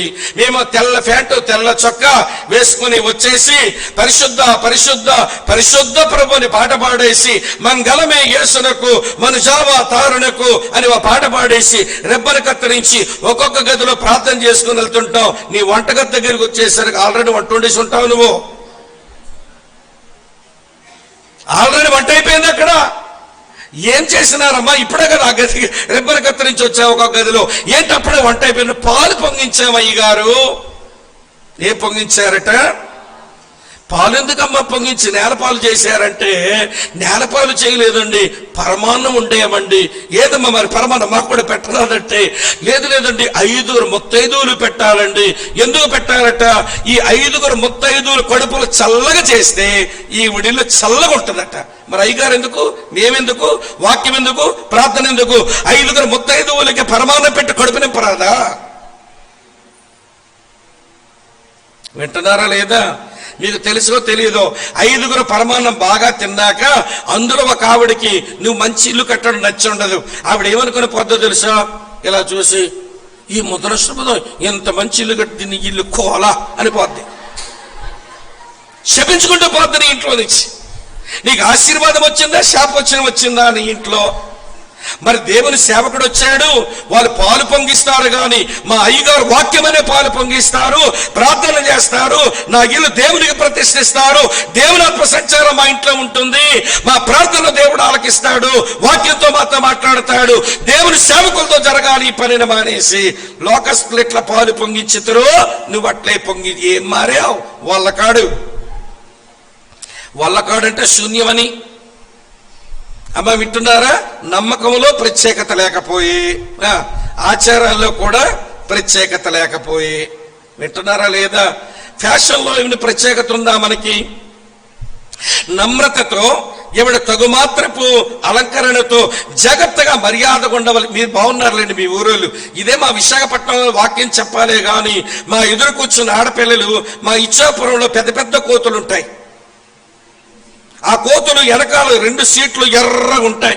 ఈ ఆడపిల్లలకి ఏం మాయిదా రోగము గాని పెదాలు మా కోతులు వెనకాల పిర్రలాగా చేసుకుంటారు. పెదాలు మోటు మాట చెప్పానని అనుకోకండి ఇలాగా. అరే లోకస్తులు కావాలంటే ఫ్యాషను. దేవుని బిడ్డవి, దేవుని అందం, దేవుని సౌందర్యం నీ ముఖం మీద కనబడుతుంది చాలదా? ఈ అందం చాలదని కృత్రిమమైన అందం తెచ్చుకోవడానికి మూతికేమో ఎరుపు రంగు, పప్పి కుక్కలాగా జుత్తు ముందు పీక్కుంటావా? పప్పి కుక్క. లోకములో మర్యాదలు వచ్చేసినాయి. ఏం ప్రత్యేకించబడ్డామో చెప్పండి. కొంతమంది వినండి వేదాంతాలు మాట్లాడు, అమ్మో మన క్రైస్తవ సంఘాల్లో వీళ్ళు ఇదొక జాతి, ఇదొక పెద్ద తెగ, వీళ్ళు ఎట్లాంటి వాళ్ళో తెలుసా? ఈ ప్రసంగికులు ఎలాగ చెప్పుకుంటారంటే చెప్పుతో లోటు పెట్టుకున్న కొడాలి. ఇన్ని జీవితం మార్పుగా వీడు సహకరించడం కానీ పాస్టర్ చెప్పుకుంటారండి. పాస్టర్లు అలాగే చెప్పుకుంటారు, మాకేంటి కడుపు మంట, మాకేమైనా ఒళ్ళు కొవ్వండి అరవడానికి. మారితే దేవునికి మహిమ వస్తుంది, వీరి కుటుంబాలు దీవించబడతాయని గొంతు చించుకొని చెప్తుంటే కొంతమంది ఇవిడ దౌర్భాగ్యులు తయారవుతారు సంఘాల్లో. పాస్టర్లు అలాగే చెప్పుకుంటారులే, మన దారి మనదే అన్నట్టుగా బతుకుతారు. జగత్తా మీ వెనక ఒక తరం వస్తుందని మర్చిపోకండి. రాబోతున్న తరానికి ఏదో మిగల్చాలని మర్చిపోకండి. మా పితరులు సరిగా బతకలేదు గనక మా జీవితాలు దౌర్భాగ్యమైనాయని మీ పిల్లలు మీ మీద నేరారోపణ చేసుకోకుండా బతకండి. మీ తరం వాళ్ళు ఎంత దీవించబడ్డారంటే మీ ముందున్న తాతలు తండ్రులు కన్నీరు కార్చారు, పేదరికంలో బతికారు, నిజగ్రహిష్టమని జీవించారు, ఏడ్చారు, ప్రార్థన చేశారు. కానీ మీరు మీ పిల్లలకు ఆశీర్వాదం రావడానికి అలా బతకపోతే నీలాంటి ఉంటే ఎంత ఊడితే ఎంత. అలాగే చెప్తారు కానండి, లోకంలో పుట్టాం కదండి, లోకంలో పెరుగుతున్నాం కదండి, లోకంలో బతకాలి కదండి, కానీ లోకంతో కాంప్రమైజ్ అయిపోవాలండి. చిన్న ఇలస్ట్రేషన్ ఇస్తాను మీకు, ఇవ్వండి, వినండి ప్రియులారా. దాన్ని కామన్ సెన్స్, సహజ బుద్ధి అంటారు. కామన్ సెన్స్ అది ఉంటే తెలిసిపోద్ది మీకు. సముద్రానికి వెళ్ళి తెచ్చినాం, నరసాపురంకి వెళ్ళి పెద్ద చేప, సముద్రం పొడ్డుకి వెళ్ళి తెచ్చినాం చేప. సిస్టర్ గారు బాగా వండి పెట్టండి అమ్మ అని ఇచ్చినాం. ఆ చేపను బాగా శుభ్రం చేసి, అమ్మ వింటున్నారా, ఉల్లిపాయలు పెట్టి, పచ్చిమిరపకాయలు పెట్టి, కారం పెట్టి, చింతపండు పులుసు వేసి బాగా చేస్తున్నది కూర. వాసనలే మళ్ళీ రుచి అనిపిస్తూ ఉన్నాయి. సరే వడ్డం చేసింది సిస్టర్ గారు. నోట్లో ఇలా పెట్టాం, పెట్టగానే పూ అని ఉమ్మాల్సి వచ్చింది. ఎందుకనంటే ఈ ఉప్పు ఇలా కారం వేసింది, పచ్చిమిర్చి వేసింది, ఉల్లిపాయలు పెట్టింది, చింతపండు పులుసు వేసింది, మసాలా పెట్టింది, కానీ ఉప్పు వేయలేదు. ఏమో మా సిస్టర్, ఖరీదైన పండుగప్ప తెచ్చే వండమని, నువ్వేంటి తల్లి ఎట్లా చేసినావు, నువ్వు ఉప్పు ఎందుకు వేయలేదంటే, అదేంటయ్య గారు, ఉప్పు నీటిలోనే పుట్టింది కదా, ఇది ఉప్పు నీటిలోనే పెరిగింది కదా, ఇది ఉప్పు నీటిలోనే పట్టు తెచ్చారు కదా, అందుకే నేను ఉప్పు వేయకుండా వండానండి అంది. ఓసి పిచ్చక్క, అది ఉప్పు నీటిలో పుట్టినా, ఉప్పు నీటిలో పెరిగినా, ఉప్పు నీటిలోనే పట్టు తెచ్చినా, ఉప్పు లోపలికి తెచ్చుకోలేదే, అందుకే వండినప్పుడు ఏమయ్యాలి, నువ్వు ఉప్పేసి వండాలి. క్రైస్తవుడు అలా చేపలాగా బతకాలి. లోకములోనే పుట్టాం, లోకములోనే పెరిగాం, లోకములోనే సంఘంలో దొరికాం. కానీ లోకం మన లోపలికి రాకుండా ప్రత్యేకంగా జీవించకపోతే ఎట్లవుతుంది చెప్పండి ప్రియులారా. లోకముతో కలిసిపోయి లోకాచారాలు చేసుకుంటూ, లోక మర్యాదను అనుసరిస్తూ, లోక నమ్మికల్లో మన నమ్మికను పెట్టుకొని సాగితే మనం ఏలియా లాంటి వాళ్ళం ఎట్లమవుతాము? ప్రత్యేకించబడిన వారు ఎలా ఎత్తబడతారు? సిద్ధపడుమా ఓ సంఘమా, సిద్ధపడుమా ఓ లోకమా. ఏలియా గురించి మొదటి మాట. రెండో మాట చెప్తాను రండి. రెండో మాట ఏంటో తెలుసా? అదే రాజుల మొదటి గ్రంథం 17వ అధ్యాయం ప్రియులారా, ఆ 4వ వచనంలో దేవుడు ఎలాగన్నాడు, ఆ వాగు నీరు నీవు త్రాగుదు, అచ్చటికి నీకు ఆహారం తెచ్చినట్లు నేను కాకోలమునకు ఆజ్ఞాపించితిని అని అతని తెలియచేయగా రాసి ఉంది. అంటే వచనం ఏం చెప్తుందో తెలుసా? దేవుని కొరకు ప్రత్యేకించబడిన వారికి దేవుని పోషణ సమృద్ధిగా ఉంటుంది. చేతులెత్తి స్తోత్రం చెబుదామా? ఇశ్రాయేలు ప్రజలందరికీ 3.5 సంవత్సరాలుగా వర్షం లేదు, తాగడానికి నీళ్లు లేవు, తినడానికి భోజనం లేదు. కానీ దేవుని కొరకు ప్రత్యేకించబడిన ఏలియాకేమో తాగడానికి కేరీతి నీళ్లు ఉన్నాయి, తినడానికి కాకులు భోజనాన్ని తీసుకొచ్చి అందిస్తూ ఉన్నాయి. దేవుడు అద్భుతంగా ఏలియాను పోషించాడు. మా దగ్గర ఒక ఆయన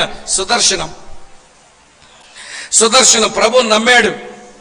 ఏమంటే హైందవ కుటుంబం నుంచి ప్రభువులోకి వచ్చాడు. భలే నిష్ఠ దేవుని కొరకు బతకాలంటే. ఆయన సోడాలు తయారు చేసుకుని దుకాణాలకు వేసుకుంటాడు. సోడాలంటే పైన పెక్కుంటుందిగా, పెక్క సోడా అంటారు కదా, ఏమన్నా తయారు చేసి దుకాణాలకు వేసుకుంటాడు.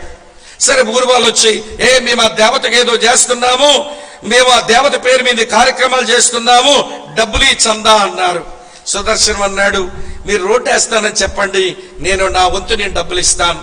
పేదలకు ఏదైనా చేస్తానని చెప్పండి, నా వంతు నేను ఇస్తాను. నేను ఒకప్పుడు అన్ని చేసిన వాడినే ఇచ్చిన వాడినే గాని నేను యేసుప్రభు నమ్మినానండి, నేను ఇవ్వలేను, దయచేసి నన్ను మన్నించండి అన్నాడు. మన్నించండి అన్నారు. ఒప్పుకోలేదు ఊరోళ్ళంతా. పంచాయతీ పెట్టారు. ఏమండి పంచాయతీలు నిలదీశారు, ఇస్తావా లేకపోతే నీకు కొన్ని ఇబ్బందులు ఎదురొస్తాయి గ్రామంలో అన్నారు. ఏ ఇబ్బంది వచ్చినా పర్వాలేదండి, నేను వాటికైతే ఇవ్వలేను, మరి దేనికైనా ఇస్తానన్నాడు. ఆఖరికి ఊర్లో డబ్బుకు వేయించి, ఏమంటే డప్పు కొట్టించి దండోర వేయించారు. మన గ్రామంలో ఉన్న ఏ దుకాణాలు కూడా సుదర్శన వేసిన ఏమంటే సోడా బుడ్డీలు వేసుకోవడానికి వీల్లేదు. ఎందుకంటే మనం చేసేదానికి వీడు సమ్మతించలేదు గనక. బావి దగ్గరకు వచ్చి నీళ్లు పట్టుకోవడానికి వీలు లేదు, దండోరా వేశారు. ప్రియులారా వినండి, ఎక్కడో పొలంలోనికి వెళ్ళి ఏమండి కొండడు నీళ్లు తెచ్చుకొని ఇంటిలో పోసుకుంటున్నాడు, నీళ్ళు అవసరం కాబట్టి.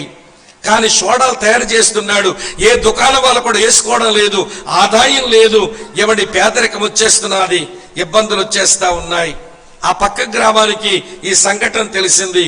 వాళ్ళు కబురు పెట్టారు, ఏంటి సుదర్శనం మీ సోడా బుడ్డీలు వేసుకోవడం లేదట కదా అంటే, అవునండి వేసుకోవడం మానేశారండి, నేను ఇలా ఇవ్వలేదని ఇలా చేశారు. ఆ ఊరులకి ఈ ఊరులకి ఏదో పార్టీ తగాదాలు ఉన్నాయి. వాళ్ళు అన్నారట, మీ ఊరులో వేసుకోకపోతే ఏమొచ్చిందిలే సుదర్శనం, మా ఊర్లో అన్ని దుకాణాలకి చెప్తాం, నువ్వెన్ని సోడాలు తయారు చేయగలవు రోజుకి, అన్ని సోడాలు తయారు చేసుకుని మా ఊరు దుకాణాలకు వేసుకో అని చెప్పారట. ఇప్పుడు సుదర్శనం ఎప్పటిలాగే సోడాలు తయారు చేసుకుని ఆ ఊరు సోడాలు పట్టుకెళ్ళి అమ్మేసుకుని ఆదాయం తెచ్చుకొని క్షేమంగా బతుకుతుంటే, ఒరే మనమేమో వీడికి పేదరికములో కరువులో ముచ్చుదామనుకున్నాము, కానీ వాళ్ళ దేవుడు ఎంత గొప్పవాడరా, ఆ ఊరు ఈడు కబురు పెట్టి ఈడు సోడాలు వాళ్ళు వేసుకొని డబ్బులు ఇచ్చి మరీ ప్రోత్సహిస్తా ఉన్నారు. సుదర్శనం అంటాడు, దేవుని కొరకు ప్రత్యేకించబడిన వారికి దేవుని పోషణ ఎప్పుడూ తక్కువ కాదు. లోకముతో రాజీ పడిపోయిన వాడికి అప్పటికి రోజులు బాగుంటాయి, బాగోడ్చేమో గాని భవిష్యత్తులో వాడికి అరిష్టమే సంభవిస్తుంది. కనుక సంగమా, ఏలియా ఆరోహణం అవ్వడానికి దేవుని కొరకు ప్రత్యేకించబడిన వాడు. మొదటి మాట దేవుని చేత పోషించబడిన వాడు. రెండో మాట, మూడో మాట చెప్తాను వినండి. మూడో మాట ఏంటంటే దేవుని సన్నిధిని ప్రార్థించువాడు. దేవుని సన్నిధిని ప్రార్థించేవాడు. ఆహాబుతో చెప్తున్నాడు, నువ్వు పరిగెత్తి వెళ్ళిపో, పెద్ద వర్షం వచ్చేస్తున్నది అని చెప్పాడు. అప్పటికి 3.5 సంవత్సరాలుగా వర్షమే లేదుగా, కానీ చెప్తున్నాడు, నువ్వు పరిగెత్తి వెళ్ళిపో, ఇగో వర్షం వస్తున్నది అని చెబితే, వినండి ప్రియమైనటువంటి స్నేహితులారా, చెప్పాడు. ఆహాబ్ వెళ్ళిపోయాడు. ఏలియా మెట్ట మీదకి ఎక్కి మోకాలు మధ్యలోనికి ముఖం దించుకొని ప్రార్థన చేస్తున్నాడు. ప్రభువా వర్షం ఇస్తానని చెప్పావు, రాజుగా కబురు చెప్పాను, రాజు పరిగెత్తుకుని వెళ్ళిపోయినాడు, వర్షం కురవాలి కదా అని ప్రార్థన చేస్తూ, వినండి ప్రియులారా, పనివాడితో చెప్పాడు, వెళ్ళి కొంచెం చూడవయ్యా, ఏమైనా మేఘం కనబడుతున్నదేమంటే, వాడు వెళ్ళి చూశాడు, ఏమీ మేఘం కనబడలేదండి అన్నాడు. ప్రార్థన చేస్తున్నాడు దైవ సేవకుడు, వెళ్ళి చూడవయ్యా అంటే, ఏదీ నాకు కనబడడం లేదన్నాడు. లేదు వెళ్ళి చూడవయ్యా అని మోకాళ్ళ మధ్యలో ముఖం పెట్టుకొని దేవుని కార్యాలు ఈ దేశం ఎరగాలని ప్రార్థన చేస్తూనే ఉన్నాడు. ప్రియులారా, పనివాడు వచ్చాడు, అయ్యా నేను గమనిస్తున్నాను, అరచెయ్యంత మేఘం నాకు కనబడుతుంది. ఎంత మేఘం కనబడుతుంది? కానీ ఒక విడ్డోన చెప్పనా, అరచెయ్యంత మేఘం కనబడింది, కానీ మోపైన వారు కురిసిందట, మోపైన వారు కురిసిందట. ప్రియమైన స్నేహితులారా, విశ్వాసంతో ప్రార్థనా జీవితంతో దేవుని పక్షంగా నిలిచినటువంటి వాడు ఏలియా ఆరోహణం కాగలిగినాడు. ఈ రోజు ప్రార్థనతో విశ్వాసంతో సంఘం నిలబడినప్పుడు అది సిద్ధపడిన సంఘం, యేసయ్య వచ్చినప్పుడు అది ఆరోహణం కాకమానదు. ఈ రాత్రి ఇది మనం తెలుసుకుంటే మనకు చాలు. అమ్మా, ఇప్పుడు 6 సంగతులు చెప్పినాను. హానోకు దేవునికి ఇష్టడు, హానోకు దేవునితో నడిచిన వాడు, హానోకు దేవుని వాక్యం ప్రకటించిన వాడు. 3 మాటలు చెప్పాను. ఏలియా దేవుని కొరకు ప్రత్యేకించబడిన వాడు, ఏలియా దేవుని చేత పోషించబడిన వాడు, ఏలియా దేవునికి ప్రార్థించుకున్నవాడు. 6 సంగతులు చెప్పినాను. 3వ ఉదాహరణ ఇస్తాను రండి, టైం అయిపోతా ఉంది. 3వ ఉదాహరణ ఇస్తాను రండి ప్రియులారా. లూకా సువార్త 24వ అధ్యాయం. ఇవి తెలుసుకోవాలి. ఇది కేవలం ఇన్ఫర్మేషన్ కొరకు కాదు సుమా, ఇది మన ట్రాన్స్ఫర్మేషన్ కొరకు, ఇది సమాచారం కొరకు మాత్రం కాదు సుమా, మనం రూపాంతరపరచబడ్డం కొరకు ఈ లేఖన సంగతులను దయతో మీరు గుర్తెరగాలి అని నేను కోరుతా ఉన్నాను. చదువుతున్నాను చూడండి. లూకా సువార్త 24వ అధ్యాయం 51వ వచనం. వారిని ఆశీర్వదించుచుండగా ఆయన వారిలో నుంచి ప్రత్యేకింపబడి పరలోకమునకు చెప్పడమయ్యమాయను ఆరోహణుడాయను. ఇది మన ప్రభు అయిన యేసుక్రీస్తు యొక్క ఆరోహణం. ఆయన ఎత్తబడ్డాడు, ఆయన తండ్రి దగ్గర వెళ్ళిపోయినాడు. సంఘము కూడా అలాగనే ఒక రోజున ఆరోహణం కావాలి. సరే, యేసు ప్రభు దగ్గర అనుభవాలు ఏంటి? యేసుక్రీస్తు దగ్గర ఉన్న అనుభవాలు ఒక 3 త్వరగా చూపించి ముగింపుకొచ్చేస్తాను. యోహాను సువార్త 6:38 చూడండి. యోహాను సువార్త 6:38 ఏం రాసిందో తెలుసా? నా ఇష్టమును నెరవేర్చుకొనుటకు నేను రాలేదు, నన్ను పంపిన వాని చిత్తము నెరవేర్చుటకి పరలోకము నుండి నేను దిగి వచ్చితిని. యేసు ప్రభు ఎత్తబడ్డానికి గల కారణం ఏంటనంటే దేవుని చిత్తము చేసేవాడు, డూయింగ్ గాడ్స్ విల్. ఆయన నిఘంటువులో, ఆయన డిక్షనరీలో నా ఇష్టం అనే మాట యేసయ్య జీవితంలో లేదు. నా ఇష్టం అనే మాట సైతాను మాట, దేవుని ఇష్టం అనే మాట దేవుని పిల్లల మాట. నా ఇష్టమని మాట్లాడిన వాడు కళ్ళు ఓడ బెరకబడి తిరగలు విసురు వంటి వాడై జుత్తంతా ఓడ పెరుకొని అవమానం పాలైపోయిన వాడు నా ఇష్టమని పలికిన సంసోను. అతని స్టోరీ మీకు బాగా తెలుసు. నూతన నిబంధనలు యేసయ్య అంటున్నాడు, నేను నా ఇష్టము నెరవేర్చుకుంటకు రాలేదు, నన్ను పంపిన వాని చిత్తము నెరవేర్చుటకే నేను పరలోకము నుండి దిగి వచ్చి. ఇక్కడ ఒక విషయం మీతో చెప్తాను, వినండి. మనం మంచి పాట పాడతాం, నాకు భలే ఇష్టమైన పాట అది. సర్వ చిత్తంబు నీదేనయ్యా, స్వరూపమిచ్చే కుమ్మరివే, సారే పైనున్న మల్టీనయ్యా, సరియుగ పాత్రగా చెయ్యమై. ఏముంటదండి ఆ పాట? సర్వ చిత్తంబు నీదేనయ్య, అన్ని విషయాలు నీ చిత్తమే సిద్ధించునుగాక. ఎక్కడ గుళ్ళో పాడితివి. ఇంటికెళ్ళగా ఏదో తొందరపడుతుంటే పెరిమిటి అన్నాడు, ఏమిటమ్మా ఊరికే తొందరపడతావు, ప్రార్థన చేద్దాం, దేవుడేదో చేస్తాడులే, నువ్వు ఆగు అంటే, నోర్మై నా ఇష్టం. మేనమామను పెళ్ళాడింది లేదు, అందుకే చొరవగా మాట ఉంది నోర్మి అని. నోర్మి మామయ్య నా ఇష్టం. ఈ మగాలు కూడా అంతే, ఏదో చేసేదానికి త్వరపడుతుంటారు. ఏమండి ఆగండి, ప్రార్థన చేద్దామండి, సేవకుల సలహా తీసుకుందామండి, పెద్దల యొక్క సలహా కూడా తీసుకుందామండి, ప్రార్థన చేద్దామని అంటే, నోరై మూతి మీద మోసమన్న మగాడిని నేనేం చెప్తే అంత. గుడ్లేం పాడితివయ్యా, సర్వ చిత్తంబు. ఇంటి దగ్గరేమో నా ఇష్టం. డబుల్ గేమ్ ఆడుతున్నావేంటి? నీది డ్యూయల్ పర్సనాలిటీయా, నీది ద్వంద్వ మనస్తత్వమా? ఎక్కడేమో సర్వచిత్తంబు నీదేనయ్యా, ఇంటి దగ్గరికి వెళ్ళాక నా ఇష్టం. బైబిల్లో ఒక మంచి మాట ఉంటది, నోట్ చేయండి. 1 యోహాను పత్రిక 2:17 లోకము దాని ఆశయు గతించిపోవచ్చున్నవే గాని దేవుని చిత్తము జరిగించువాడు, చెప్పండమ్మా, నిరంతరము నిలుచును. దేవుని చిత్తము చేసేవారే నిరంతరము నిలిచేవాళ్ళు. రండి, దేవుని చిత్తం చేద్దాం, దైవాశీర్వాదాన్ని పొందుదాం, దేవుని చిత్తము చేయడమే మన ఇష్టంగా చేసుకుందాం. ఇప్పుడు ప్రభు వచ్చినప్పుడు ఆయనతో పాటు ఎత్తబడిన అనుభవాన్ని మనము సంపాదించుకుంటాం. ఇది ఒక తలంపు యేసయ్య జీవితంలో నుంచి. అమ్మ వింటున్నారు కదూ? 2వ మాట చెప్తాను, వినండి. యోహాను సువార్త 8:50. యోహాను సువార్త 8:50 చూడండి. నేను నా మహిమను వెతుకుటలేదు, వెతుకుచు తీర్పు తీర్చు ఉండు వాడొకడు కలడు అన్నాడు. నేను నా సొంత మహిమను వెతకడం లేదు. యేసు ప్రభు జీవితంలో ఉన్న మరి ఒక మంచి అనుభవం ఏంటో తెలుసా? తన సొంత మహిమను కోరువాడు కాదు, దేవునికి మహిమను చెల్లించేవాడు. యేసు ప్రభుని అడగండి, యేసు ప్రభును చాలా బాగా వాక్యం చెప్పినావనంటే ఏసేమంటాడో తెలుసా? నేనేం చెప్పానండి, నా తండ్రి ఏం చెప్పమన్నాడో అదే చెప్పగలిగినానంటాడు.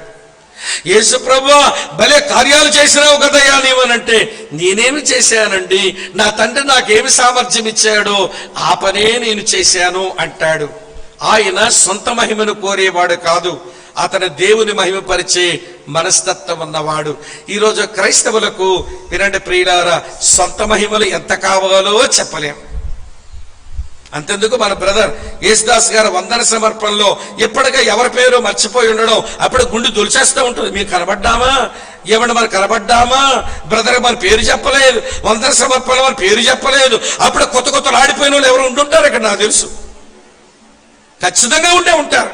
అందుకే మళ్ళీ బ్రదరు చివరిలో నేను ఎవరి పేరైనా మర్చిపోయి ఉంటే, నేను ఎవరైనా రాసుకోపోయి ఉంటే మన్నించి మీకు కూడా వందనాలని. ఎందుకంటే చివరిలో మాట ఎందుకు చెప్పారంటే, ఏమండి ఆయన దోషం లేకుండా ఉండడానికి. కానీ నువ్వు నా పేరే గుర్తులేదా? మేము ఎంత ఇచ్చామండి కోటానికి? మేము 2 ఏమంటే బియ్య బస్తాలు ఇచ్చినామండి వంటకి. మేమేమో ఆయింటిని ఇచ్చినామండి గుడికి. మా పేరే గుర్తు లేదా? సొంత మహిమను కోరుకునే పిచ్చోళ్ళు. మీరు ఏ రోజైతే సొంత మహిమను కోరుకున్నారో, ఎక్కడి నుంచి వందన సమర్పణలో మీకు వందనాలు వచ్చేసాయో, పరలోకంలో మీకు ఏ బహుమానం లేదు, అయిపోయింది మీ పని. బ్రదర్ మనకు వందనాలు చెప్పకపోతే మంచిది, పరలోకంలో మనకు ఫలం ఉంటుంది. దేవుని స్తోత్రం చెబుదామా? ఎప్పుడైనా సంఘానికి ఏదైనా చేసి, బ్రదర్ మా పేరు చెప్పకండి, మా గురించి ఎవరికీ తెలియనివ్వకండి, మేము తట్టుకోలేమండి, మీ చేతులు పెట్టి బతులాడతామండి, మా పేరే ప్రస్తావనకు రానియద్దండి అని చెప్పే మనసు ఉంటుందా? కవర్ మీద పెద్ద అక్షరాలతో పేరు రాసి రికార్డులో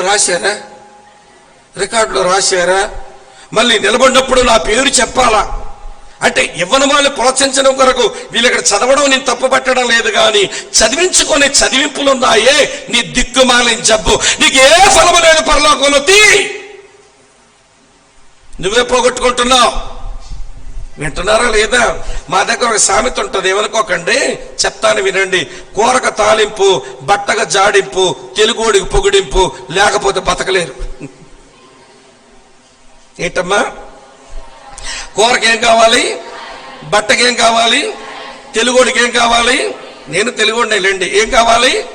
ఎవడైనా పొగుడుతుండాలి, మనం వందనాలు చెప్పాలి, గుర్తించాలి. అప్పుడు మనం ఏం గొప్ప కార్యాలు చేసినాము అని మురిసిపోతుంటాం. మనకు తెలియట్లా పరలోకంలో మన ఫలమైపోతుందని. ఇది జోక్ కాదు, నిజంగా జరిగిన విషయమే. ఒక దగ్గర అన్నయ్య ఏమంటే వాక్యం చెప్పిన అన్నయ్య చెప్తేనే నేను విన్నాను ఆ విషయం. ఎవరో ఏప్రిల్ మే నెలలో వాక్యం చెప్పడానికి నిలబడ్డట, ఒక్క పోసేస్తుంది, ఏమంటే మొత్తం అంతా చెమట్లు గారిపోతుంటే ఆ స్విచ్ బోర్డు దగ్గర ఉన్న పిల్లాడికి అన్నాడట, ఒరే తమ్ముడా కొంచెం ఫ్యాన్ అయ్యారు అన్నాడట. ఆడు గొడ్ల గోపులో కలిపెట్టి ఇట్లా అన్నాడు, ఓ ఫ్యాన్ పనిచేయట్లేదా, ఈడు తలూపినాడని అనుకుని మళ్ళీ వాక్యం చెప్తున్నాడు, తడిచిపోతున్నాడట. ఒరే తమ్ముడా కొంచెం ఫ్యాన్ అయ్యరాదు అన్నాడు. ఆడట్లా చూసి మళ్ళీ ఇలాగ అన్నాడట. వాక్యం అంతా అయ్యాక ఆ నేరుగాడి దగ్గరికి వెళ్ళి, ఫ్యాన్ తిరగట్లేదా చెప్పరాదరా, నేను పాస్ గారికి సంఘ పెద్దలు చెప్తాను ఫ్యాన్ బాగు చేయించమనంటే, ఎవరు చెప్పారన్నా ఫ్యాన్ బాగానే పనిచేస్తుంది అన్నాడు. మరి ఫ్యాన్ బాగా పనిచేస్తే వేయమని 2 సార్లు అడిగాను కదరా, ఎందుకు వేయలేదంటే, వేయొద్దని చెప్పారన్నా అన్నాడట. ఎవడరా వేయొద్దన్నాడు అంటే, మా చర్చిలో ఆయన వేయొద్దన్నాడు అన్నట. ఒరి బాబు, నా మీద పగబట్టినోడు ఎవడున్నాడు మీ చర్చిలో, వేయొద్దన్నాడా? ఎవరు వేయొద్దన్నారంటే, ఫ్యాన్ ఇచ్చిన అంకులు వేయొద్దన్నాడు అన్నాడట. ఫ్యాన్ ఇచ్చిన ఆయన వేయొద్దన్నాడా? ఎందుకు వేయొద్దన్నాడు అంటే, ఫ్యాన్ గా తిరిగిందట, రెక్కల మీద అతను రాసుకున్న అతని పేరు నీకు కనబడదట అన్నా.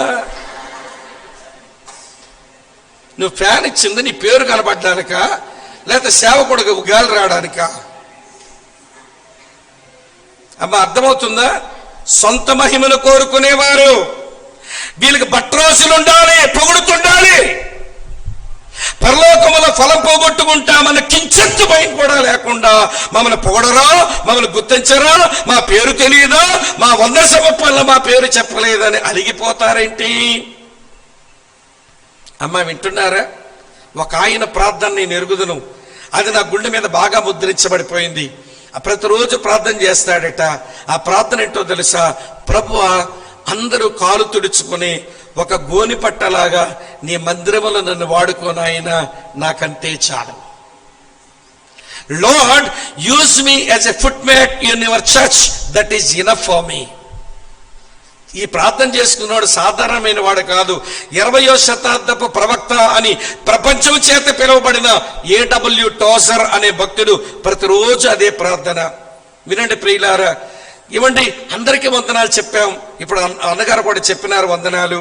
కానీ మనమందరం మందిరం లోపలికి వచ్చినప్పుడు మన కాలుకున్న దుమ్మును తుడిచి మనందరికి సేవ చేసింది అక్కడ ఫుట్ మ్యాట్కి వందనాలు ఎవరైనా చెప్పారా? ఆ భక్తుని కోరిక ఏంటో తెలుసా? నేను అందరికీ సేవ చేయగలగాలి, నా మందిరంలో నా సేవల వల్ల కొంతమందికి ప్రయోజనకారిగా నేను ఉండాలి, కానీ ఎవరూ నాకు వందనాలు చెప్పకూడదు. అలాగ నన్ను మందిరములో ఒక గోని పట్టలాగా వాడుకోనైనా నాకంతే చాలు. ఈరోజు మన జీవితాలు ఎంత భిన్నంగా ఉన్నాయి చూడండి. మన పేరు చెప్పకపోతే అలిగేస్తాం. మరి ఇటువైపు ఉందో లేదో సాంప్రదాయం తెలియదు. కోనసీమలో సభలు జరిగితే కానుకలు ఇస్తారు. ఆ కానుకలు చదవడానికే తెల్లారిపోద్ది. తర్వాత ప్రసంగం చేసే మా నాటోడికి ఒళ్ళు మండిపోద్ది. అరే వాటి టైం అయిపోతుంది, ఇవన్నీ వీళ్ళు ఏం వింటారు పాపం, వీళ్ళ వాక్యం ఈ సౌండ్ పొల్యూషన్ లో వాళ్ళ మైండ్స్ అన్ని ఖరాబ్ అయిపోయి ఉంటాయి. మానండ్రా ఈ కానుకలు చదవడం అంటే. మేము మానం, మా వాజీబు. నీ వాజీబు తగలయ్యా పెంటలో పెట్ట, అది పాడు వాజీబుతి. ఎవరికి ప్రయోజనం వాజీబు అలవాటంట వాళ్ళకి. మా తాతల తండ్రుల నుంచి చదువుతుంటారండి చదివింపులు. చదివించుకో, పరలోకంలో బహుమానం పోగొట్టుకుంటావు. పేరు రాయించుకో, అక్కడ పేరు తుడిపి పెట్టబడుతుందేమో చూసుకో. అక్కడనే పేరు రాయబడాలి. నువ్వు చేసిన పని అక్కడ మెచ్చబడాలి. దాని కొరకు బతికేవాడు నిజమైన క్రైస్తవుడు. ఇక్కడ పొగట్టల కొరకు బతికినోడు నకిలీ సరుకు. నువ్వే సరుకో నీకే తెలుసు. అర్థమవుతుందా మీకు? అక్క చెల్లి తమ్ముడన్న ఇంత కటువుగా చెప్తున్నాడు ఏంటి వాక్యం అనుకోకండి. మనం చెక్కబడాలి. రాయి లోపల ఉన్న అందమైన రూపం అది బయటికి రావాలంటే పైనుంచి ఉలి దెబ్బలు సుత్తి దెబ్బలు గట్టిగానే తగలాలి. పనికిరాని రోళ్ళన్నీ ఊడిపోవాలి. లోపల ఉన్న అందమైన రూపం బయటికి రావాలంటే ఉలి దెబ్బలు సుత్తి దెబ్బలు తగలక మానవు. దేవుని వాక్యం అలా పొడుస్తుంది మనల్ని. రాత్రి యేసయ్య అంటున్నాడు, నేను ఎత్తబడ్డానికి గల కారణం నా తండ్రి చిత్తం చేసేవాణ్ణి. నేను ఎత్తబడ్డానికి కారణం నా తండ్రి మహిమ కొరకు బతికిన వాడిని. నా సొంత మహిమ కొరకు ఎప్పుడూ బతకలేదు. చివరి మాట చెప్పి ముగించేస్తాను ప్రియులారా. చివరి మాట చూడండి. పేతురు రాసిన మొదటి పత్రిక 2వ అధ్యాయం. పేతురు రాసిన మొదటి పత్రిక 2వ అధ్యాయం. నేను చదివి ముగింపు 2 మాటలు చెప్పి ముగించేస్తాను. 1 పేతురు 2వ అధ్యాయం చూడండి ప్రియులారా. 21వ వచనం.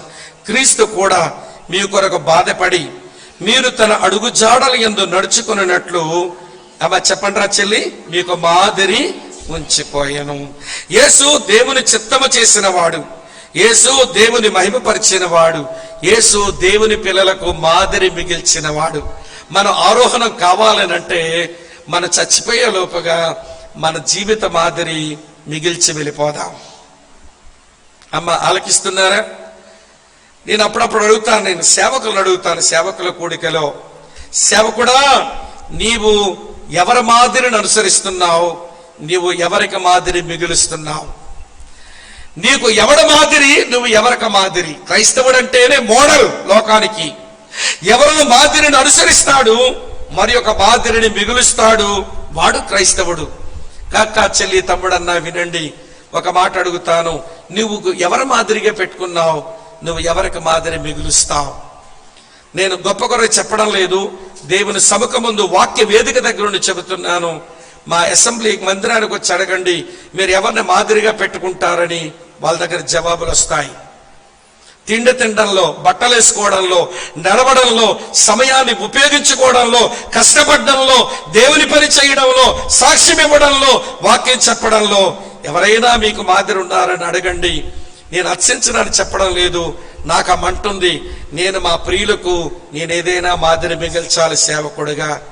ఫలానా సేవకుని యొక్క జీవిత మాదిరి మాకు ఉపయోగపడిందండని మా చెల్లాయిలు, తమ్ముళ్ళు, సంఘస్థులు, కుటుంబాలు చెప్పుకుంటే చాలు. పరలోకమందు నాకేదో ఫలము దక్కినట్టు లెక్క. కనుక ప్రియులారా, నేను ఇంకొక మాదిరి మిగల్చాలి. నేను కొంతమంది మాదిరిని అనుసరిస్తున్నాను. నా మాదిరిలో కొంతమంది చచ్చిపోయినారు. మరి వాళ్ళెట్లా నీకు మాదిరి అంటారేమో మీరు. వాళ్ళు రాసిన రచనలు చదువుకొని వాళ్ళ మనసును అర్థం చేసుకుని వీళ్ళలాగా బ్రతకాలి అని కొంతమందిని మాదిరిగా పెట్టుకున్నాను. మార్టిన్ లాయిడ్ జోన్స్ నాకు ఒక మోడల్. వినండి ప్రియులారా, వేరన్ మ్యాగ్గీ అనే ఒక దేవుని సేవకుడు నాకు ఒక మోడల్. వేరన్ విఎస్బి అనే దేవుని సేవకుడు నాకు ఒక మోడల్ అనుకుంటాను. వాళ్ళు రాసిన రచనలు బతుకున్న వాళ్ళు, ఏమైనా చనిపోయిన వాళ్ళు, బతికున్న వాళ్ళు నాకు కొంతమంది మాదిరులు ఉన్నారు. మరి ఈ రోజు నిన్న వాక్యం చెప్పిన ప్రకాష్ అన్న ఒక మాదిరిగా పెట్టుకున్న వయసులో, అనుభవంలో పెద్దవాడు, జీవితం ఉన్న సేవకుడు, ఉత్తి ప్రసంగాలు చేసే సేవకుడు కాదాయన. వినండి, అలాంటి సేవకులు ఇంకా నాకు ఇంక 2 ఉన్నారు. వైజాగ్లో ఒక ఆయన ఉంటాడు, హైదరాబాద్లో ఒక ఆయన ఉంటాడు, ఈయన సిద్దిపేటలో ఉంటాడు. నేను ఇండిపెండెంట్ గా సేవ చేసుకున్న వాడిని. నాకు ఒక 28 సంఘాలు ఉన్నాయి, నాకు స్థానిక సంఘాలు 2 ఉన్నాయి. ఎవడో మాదిరి నేను తీసుకోవడం ఏంటి, నేను మొనగాడిని అయిపోయాను అనుకుంటే ఆ రోజే నీ నాశనం అయిపోయినట్టు లెక్క. నాకెవరో మాదిరి ఉండాలి, నేనెవరికో మాదిరి కావాలి. ఎత్తబడే సంఘం లోకానికి మాదిరి మిగులుస్తుంది. ఎత్తబడే సంఘం ఎవరి మాదిరినో అనుసరిస్తుంది. ప్రియులారా, అక్క చెల్లి తమ్ముడన్న, నీవు ఎవరికి మాదిరి, నీవు నీకెవరి మాదిరి? అలా లేకపోతే మనం ఎత్తబడ్డానికే పనికిరాము. పిల్లలు అర్థవంతమైన పాట పాడారు, సిద్ధపడమా ఓ సంగమా, సిద్ధపడమా లోకమా. నిన్న అయ్యగారు ఒక పాట పాడారు నా ప్రసంగం అయిపోయిన తర్వాత. గుర్తుందా మీకు ఆ పాట? ఏంటా పాట? ఓ సంగమా సర్వాంగమా, పరలోక రాజ్యపు ప్రతిబింబమా, మెస్సయ్యను ఎదుర్కొనగా ఇతినందరించి సిద్ధపడుమా. రాత్రి అయ్యగారు పాట పాడగానే ఈరోజు ప్రసంగం బుర్రలో ఖరారైంది నాకు. ప్రభు అదే చెప్పమంటున్నావో లేదో నాకు ఒక ఎవిడెన్స్ కావాలి, లేకపోతే నేను సిద్ధపడి వచ్చిందే చెప్తా. నిన్న ఆయన పాడుతుంటే నా మైండ్లో క్లిక్ అయింది, ఇదే చెప్పాలనుకున్నాను, కానీ నాకు ఎవిడెన్స్ ఇస్తేనే మాట్లాడతానని కూర్చుని అలా ప్రార్థన చేస్తున్నాను. కానుకలు పెట్టినప్పుడు వీళ్ళు పాడారు, ఓఎస్ ప్రభు ఈ జన్మతో మాట్లాడవలసిన రైట్ మెసేజ్ ఇదే, నేను చెప్పేసి వెళ్ళిపోతానని సిద్ధపడి చెప్పాను. నేను వినండి, ఏదో నాకు చాలా ప్రసంగాలు తెలుసు, ఈ బైబిల్లో చాలా పుస్తకాలు చూడకుండా చెప్తాను నేను. ఇవన్నీ వచ్చిన ఏదో చెప్పొచ్చు, కానీ అడుగుతున్నాను ప్రభువుని, ఏం చెప్పమంటావు ఈ రాత్రి? ప్రియుల, ప్రభు ఇచ్చిన తలంపులు నేను మీతో చెప్పాను. ఒక్క ఉదాహరణ చెప్పి ముగించేస్తాను. ప్రియులారా, మనం సరైన మాదిరి మిగల్చకపోతే ఎలా ఉంటుందో చెప్తాను. ఒంగోలు పట్టణంలో, ముగించేస్తున్నాను, అయిపోయింది నా టైం కూడా. ఒంగోలు పట్టణంలో దేవుని వాక్యాన్ని చెబుతా ఉన్నాను. 10 రోజులు పెడతారు ఆ ఫెలోషిప్ వాళ్ళ సభలు. 10 రోజుల నుండి వాక్యం చెప్పాలి నేను. ప్రియులారా, 10 రోజులు వాళ్ళతోనే ఉంటా. ఒక యవనస్తురాలు, జస్ట్ ఇంటర్మీడియట్ అయింది ఆ పాపది, అందమైన పిల్ల. నేను స్టేజ్ దిగ్గానే నా దగ్గరకు వచ్చింది, దగ్గర వచ్చి ఏడుస్తా ఉంది. ఏడుపులు అంటుంది, అనయ్య నేను మీ ఇంటికి వచ్చేస్తాను అంటుంది. ఆ పిల్ల ఎవరో తెలియదు, ఆమె ఎందుకు ఏడుస్తున్నాదో తెలియదు, మా ఇంటికి ఎందుకు వచ్చేస్తానంటుందో తెలియదు. నేను కూడా అప్పటికి చాలా చిన్నపిల్లాడిని, నా వయసు ఇంకా 30 కూడా దాటలేదు ఆ గడియల్లో. మా ఇంటికి ఎందుకు రా చెల్లి, ఏంటి నీ ప్రాబ్లం చెప్పానంటే వెక్కి వెక్కి ఏడుస్తా ఉంది. చెప్పమ్మా పర్వాలేదు, అర్థం చేసుకుంటాను, ఏంటి నీ ప్రాబ్లం చెప్పు, నేనేమైనా సహాయపడగలిగితే సహాయపడతానంటే ఆ పిల్ల ఏడుపును దిగమింకోనంటుంది. అనయ్య మా నాన్నగారు టైలర్ అనయ్య, గతించిన ఒక 8 నెలల కిందట పక్షవాతం వచ్చింది, నాన్నగారు మంచం పట్టేశారు, ఇల్లు గడవడం లేదు. మా అమ్మ చాలా అందంగా ఉంటుంది, నా చెల్లి కూడా చాలా అందంగా ఉంటుంది, నాకంటే బాగుంటారనయ్య మా అమ్మ మా చెల్లి. ఈ మధ్య కాలంలో మా అమ్మ ఈ ఒంగోలు హైవే రోడ్డు మీదకి వెళ్ళిపోయి సాయంత్రం లారీలు ఆపేసుకుంటూ వెళ్ళిపోతుంది. లారీల మీద తెల్లవారుజామున ఎప్పుడో ఇంటికి వస్తా ఉంది. ఏం చేస్తుందో నాకు తెలుసు. ఈ మధ్య మా చెల్లి కూడా అసభ్యకరమైన మిడ్డీలు వేయించి మా చెల్లిని, 10th క్లాస్ చదువుతున్న చెల్లిని కూడా అమ్మ తీసుకుని వెళ్ళిపోతా ఉంది. అనయ్య నన్ను కూడా రమ్మని అడుగుతుంది. మీరు బాపట్ల యూత్ మీటింగ్ వచ్చినప్పుడు నేను రక్షణ పొందాను అన్నయ్య. అమ్మ అడిగినట్లుగా చెడ్డ వస్త్రాలు వేసుకొని, సెంట్లు పూసుకొని, రంగులు పూసుకొని, ముఖానికి టార్చ్ లైట్లు పట్టుకొని నేను రోడ్డు ఎక్కి లారీలు ఏమాపుతానన్నయ్య, నా మనస్సాక్షి ఒప్పడం లేదు. అమ్మంటుంది, జీవనం గడవాలనంటే, బ్రతుకు గడవాలనంటే నువ్వు రాకపోతే ఎట్లనే, నువ్వు కూడా నా వెనకాల రాని తొందర చేస్తుందన్నయ్య. నేను ఇంట్లో ఉంటే నేను లారీ డ్రైవర్లకు, లారీ క్లీనర్లకు, ఈ రోడ్డు మీద ప్రయాణికులకు నేను ఒక వేశ్యగా మిగలటం ఖాయం. కనుక మీ ఇంటికి తీసుకెళ్ళిపోండి అన్నయ్య, మీరు ఏదైనా చదివిస్తే చదువుకుంటాను, లేదా మీ ఇంట్లో పని చేసుకుంటాను, నేను రక్షించబడ్డాను మీరు ఫలానా ప్రసంగం చేసినప్పుడు అని అంటుంది ఆ పాప. ఆ పిల్ల చెబుతుంటే నాకే దుఃఖం అనిపించింది. నువ్వు మా ఇంటికి రానక్కర్లేదురా, నీ కొరకు నేను ఏర్పాటు చేస్తాను ఉండు అని చెప్పి, అదే మీటింగ్ లో WC కోల్ అనే ఒక అంకుల్ ఉన్నారు, EMGలో చిలకలూరిపేటలో కీలకమైన బాధ్యత వహించే అడ్మినిస్ట్రేటర్. ఆయన అంకుల్ దగ్గరికి వెళ్ళాను, ఆ పిల్లని అక్కడే ఆపి, అంకుల్ మీరు నాకు సహాయం చేయాలి.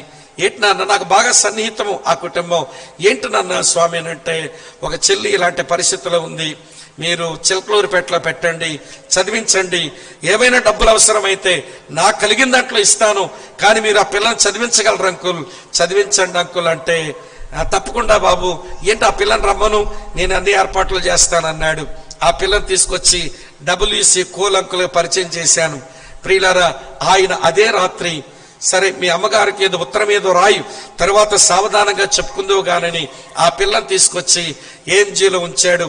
ప్రియులారా, స్టడీస్ అయిపోయినాయి, గ్రాడ్యుయేషన్ ముగించింది. అంకుల్ బీఈడి కూడా చదివించాడు. అప్పుడప్పుడు ఏదో ఇచ్చాను కానీ నేనేం పెద్ద ఎక్కువ ఇవ్వలేదు, కానీ కోలంకులే మొత్తం బాధ్యత వహించుకొని ఎవడి బిఎడ్ కూడా చేయించాడు. బిఎడ్ అయిపోయిన తర్వాత ఆ పిల్లకు నాకు ఏమీ కనెక్షన్ లేదు, ఉత్తరాలు లేవు, ఫోన్లు కూడా లేవు. ఆ పిల్ల అక్కడ చదువుకుంటుంది, ఏదో అవుతుంది అనుకున్నాను తప్ప మళ్ళీ నాకేమీ సంబంధం లేదు. ఒకరోజు తెనాలి పక్కన బట్టిప్రోలు అనే ఊరిలో వాక్యం చెప్పడానికి వెళ్ళాను. చాలా పెద్ద సభ జరుగుతున్నది. వాక్యం చెప్పడం ముగింపుకు వచ్చాను. ముగింపు రాగానే ఏవండి ఎంత త్వరగా నన్ను కలుద్దామన్నట్టుగా ఏవండి ఒక పాప కనబడుతున్నది. ఈ అమ్మాయిని ఎక్కడో చూశాననిపించింది. సభ ముగించగానే వేదిక దిగ్గానే పరుగు నా దగ్గరకు వచ్చింది. కొంచెం వయసు పెద్దదయిందేమో, ఎదిగిన పిల్ల అయిందేమో, నేను కొంచెం పోల్చుకోలేకపోయాను. అన్నయ్య, నన్ను మీరు పోల్చుకోలేదా అంది. అమ్మా, ఎక్కడో చూశాను అనిపిస్తున్నది, ఎవరు నువ్వు అన్నా. నేను చెప్పింది, అన్నా నేనన్నా, మీరు మర్చిపోయారంటే అమ్మా నువ్వు కొంచెం ఎదిగినావు కదా, గుర్తుపట్టలేకపోయాను. దాదాపు 6-7 సంవత్సరాలు అయిపోయింది నిన్ను చూసి. బాగున్నావా, ఏం చేస్తున్నావంటే, అన్న బట్టిపురోలు పక్కనే నాకు జాబ్ వచ్చిందనయ్య, నేను బీఈడి అయిపోయాను, నా టీచర్ జాబ్ వచ్చింది, ఒక్క నిమిషం ఉండండినయ్య, నేను ఇప్పుడే వస్తానని మళ్ళీ జనంలోనికి పరుగు వెళ్ళింది. ఇద్దరిని తీసుకొస్తుంది. వాళ్ళిద్దరు వస్తుంటే ఎవరో నాకు తెలిసిపోయారు. ఒకటి వాళ్ళమ్మ, మరొకటి వాళ్ళ చెల్లి. వాళ్ళిద్దరు వస్తున్నారు. ప్రియులారా, నాకు సమీపిస్తూనే ఆ తల్లి ప్రియులారా ఆమెకు దుఃఖం వచ్చేస్తా ఉంది. ఆమె ఎదురుకు వచ్చి చేతులు ఎట్లా పెట్టండి, బాబు స్వామిబాబు, నేను నా కూతుర్ని నన్ను అనుసరించి వ్యభిచారిని కమ్మన్నాను. నేను వేసిన అడుగుల్లో అది అడుగులు వేసి వ్యభిచారి కావాలనుకున్నాను. దేవుని వాక్యం విని మీకు దగ్గరై ఈ రోజున టీచర్ అయింది, నాకు బ్రతుకునిచ్చింది, ఉత్తరాలు రాసి సువార్త చెప్పి నన్ను ప్రభువులోకి నడిపించింది నా కూతురు. నేను దాన్ని వేషించేద్దాం అనుకున్నాను, అది నన్ను పరలోక పౌరురాలుగా చేసేసింది. బాబు, నువ్వు చేసిన ఈ మేలుకు రుణం ఎలా తీర్చుకుంటానని ఏడుస్తా ఉంది ఆ తల్లి. ఈ ఉదాహరణ ఎందుకు చెప్పానో తెలుసా? చివరిలో అందరము బ్రతుకుతున్నాం, ఏదో రోజు చచ్చిపోతాం.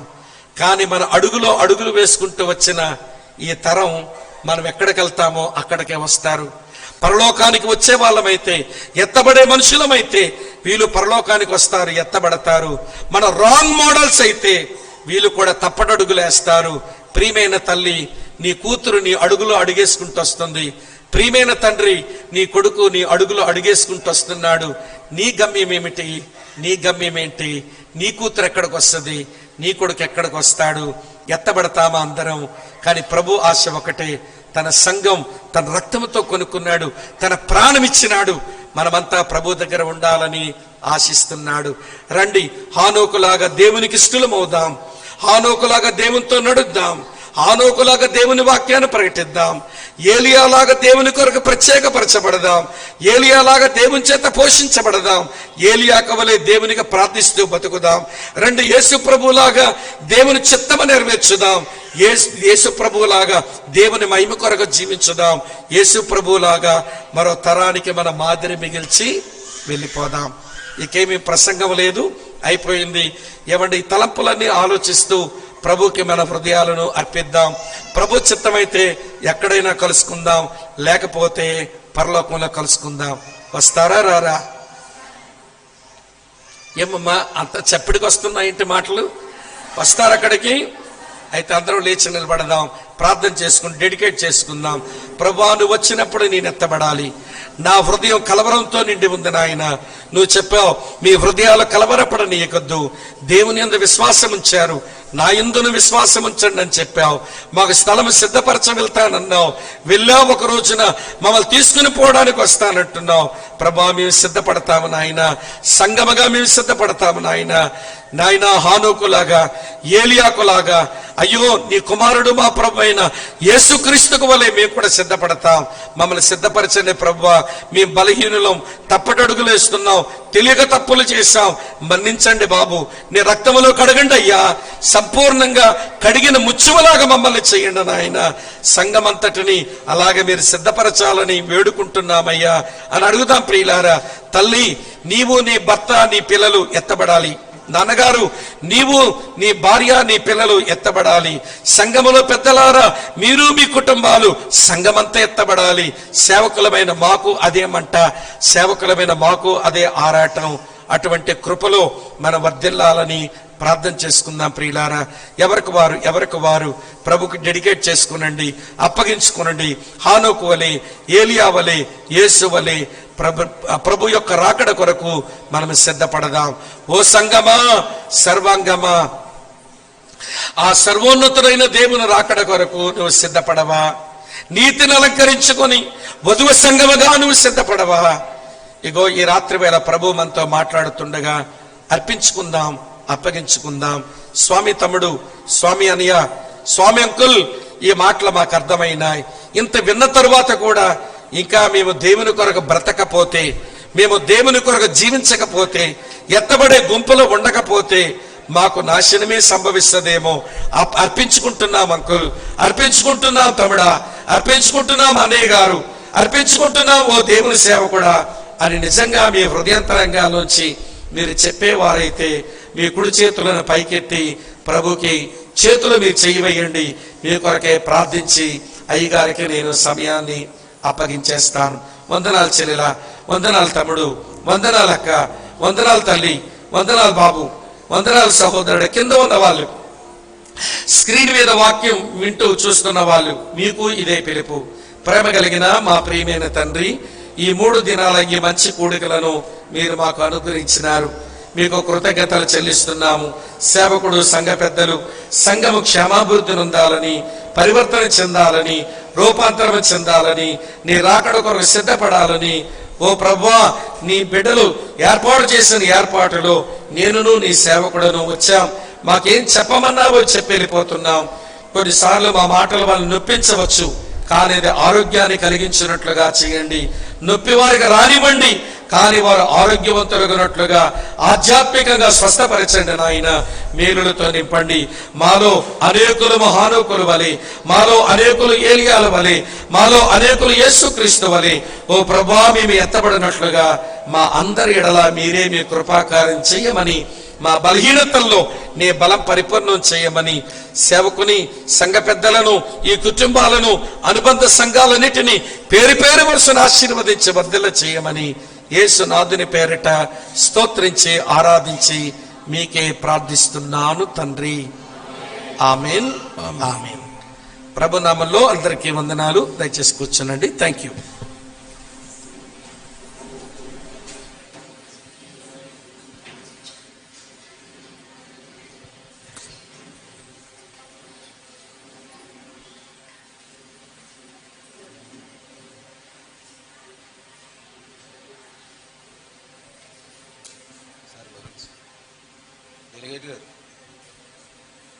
ప్రార్థన చేశాను.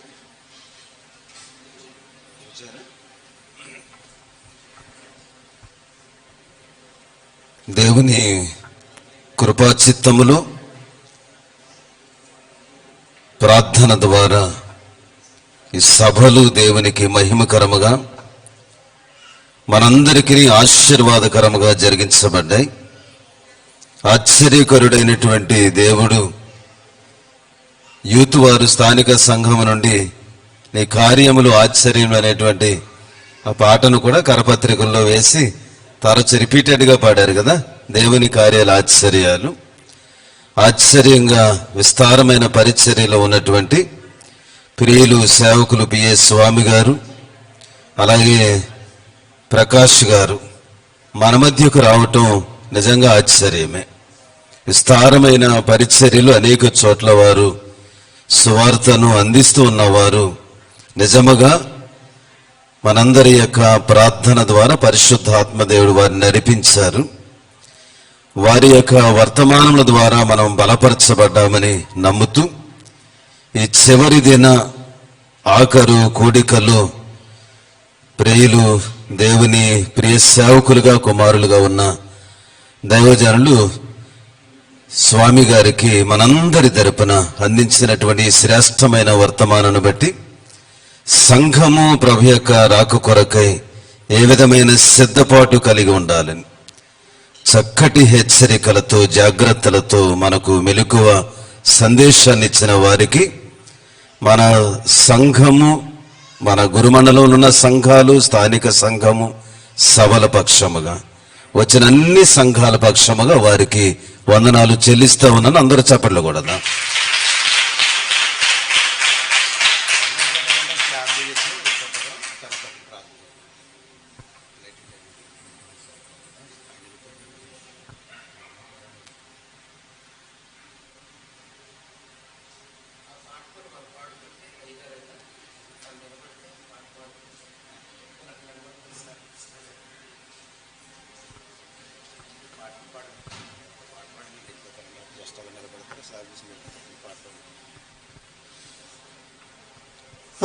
ఆనందయాత్ర ఇది ఆత్మీయ యాత్ర, యేసుతో నూతన యెరూషలేము యాత్ర, మన యేసుతో నూతన యెరూషలేము యాత్ర, ఆనందయాత్ర.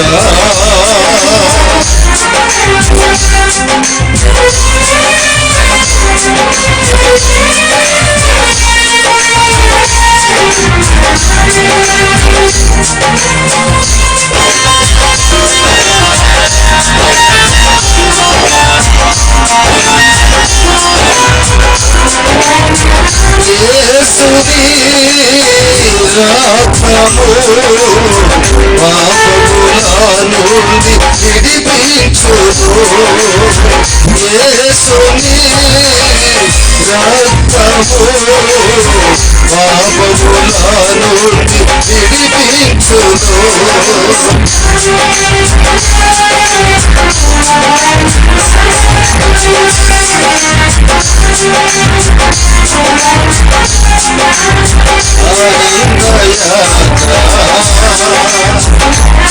ఇది ఆత్మీయ యాత్ర,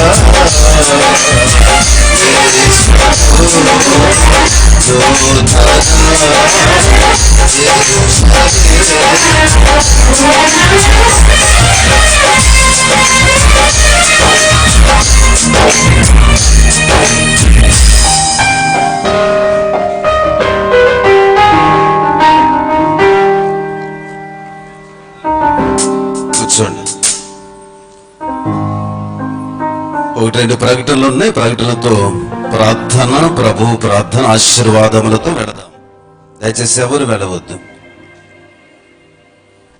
భోజనం ముగింపులు పెరుగు వేసుకుంటేనే కానీ ఆ ఫీడింగ్కి కంప్లీట్నెస్ రాదు.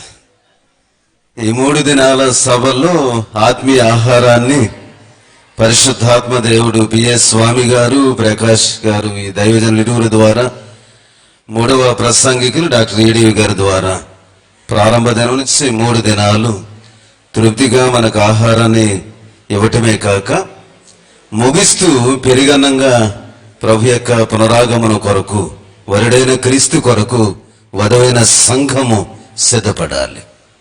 సిద్ధపడటం కొరకై ఎత్తబడే వారముగా, సంఘము ప్రత్యేకించబడిన వారముగా ఉండాలనేది విన్నాం. కనుక ఆ ప్రత్యేకతలో ఈ స్థలము నుంచి మనం ఒక మంచి తీర్మానంతో వెళ్ళాలి.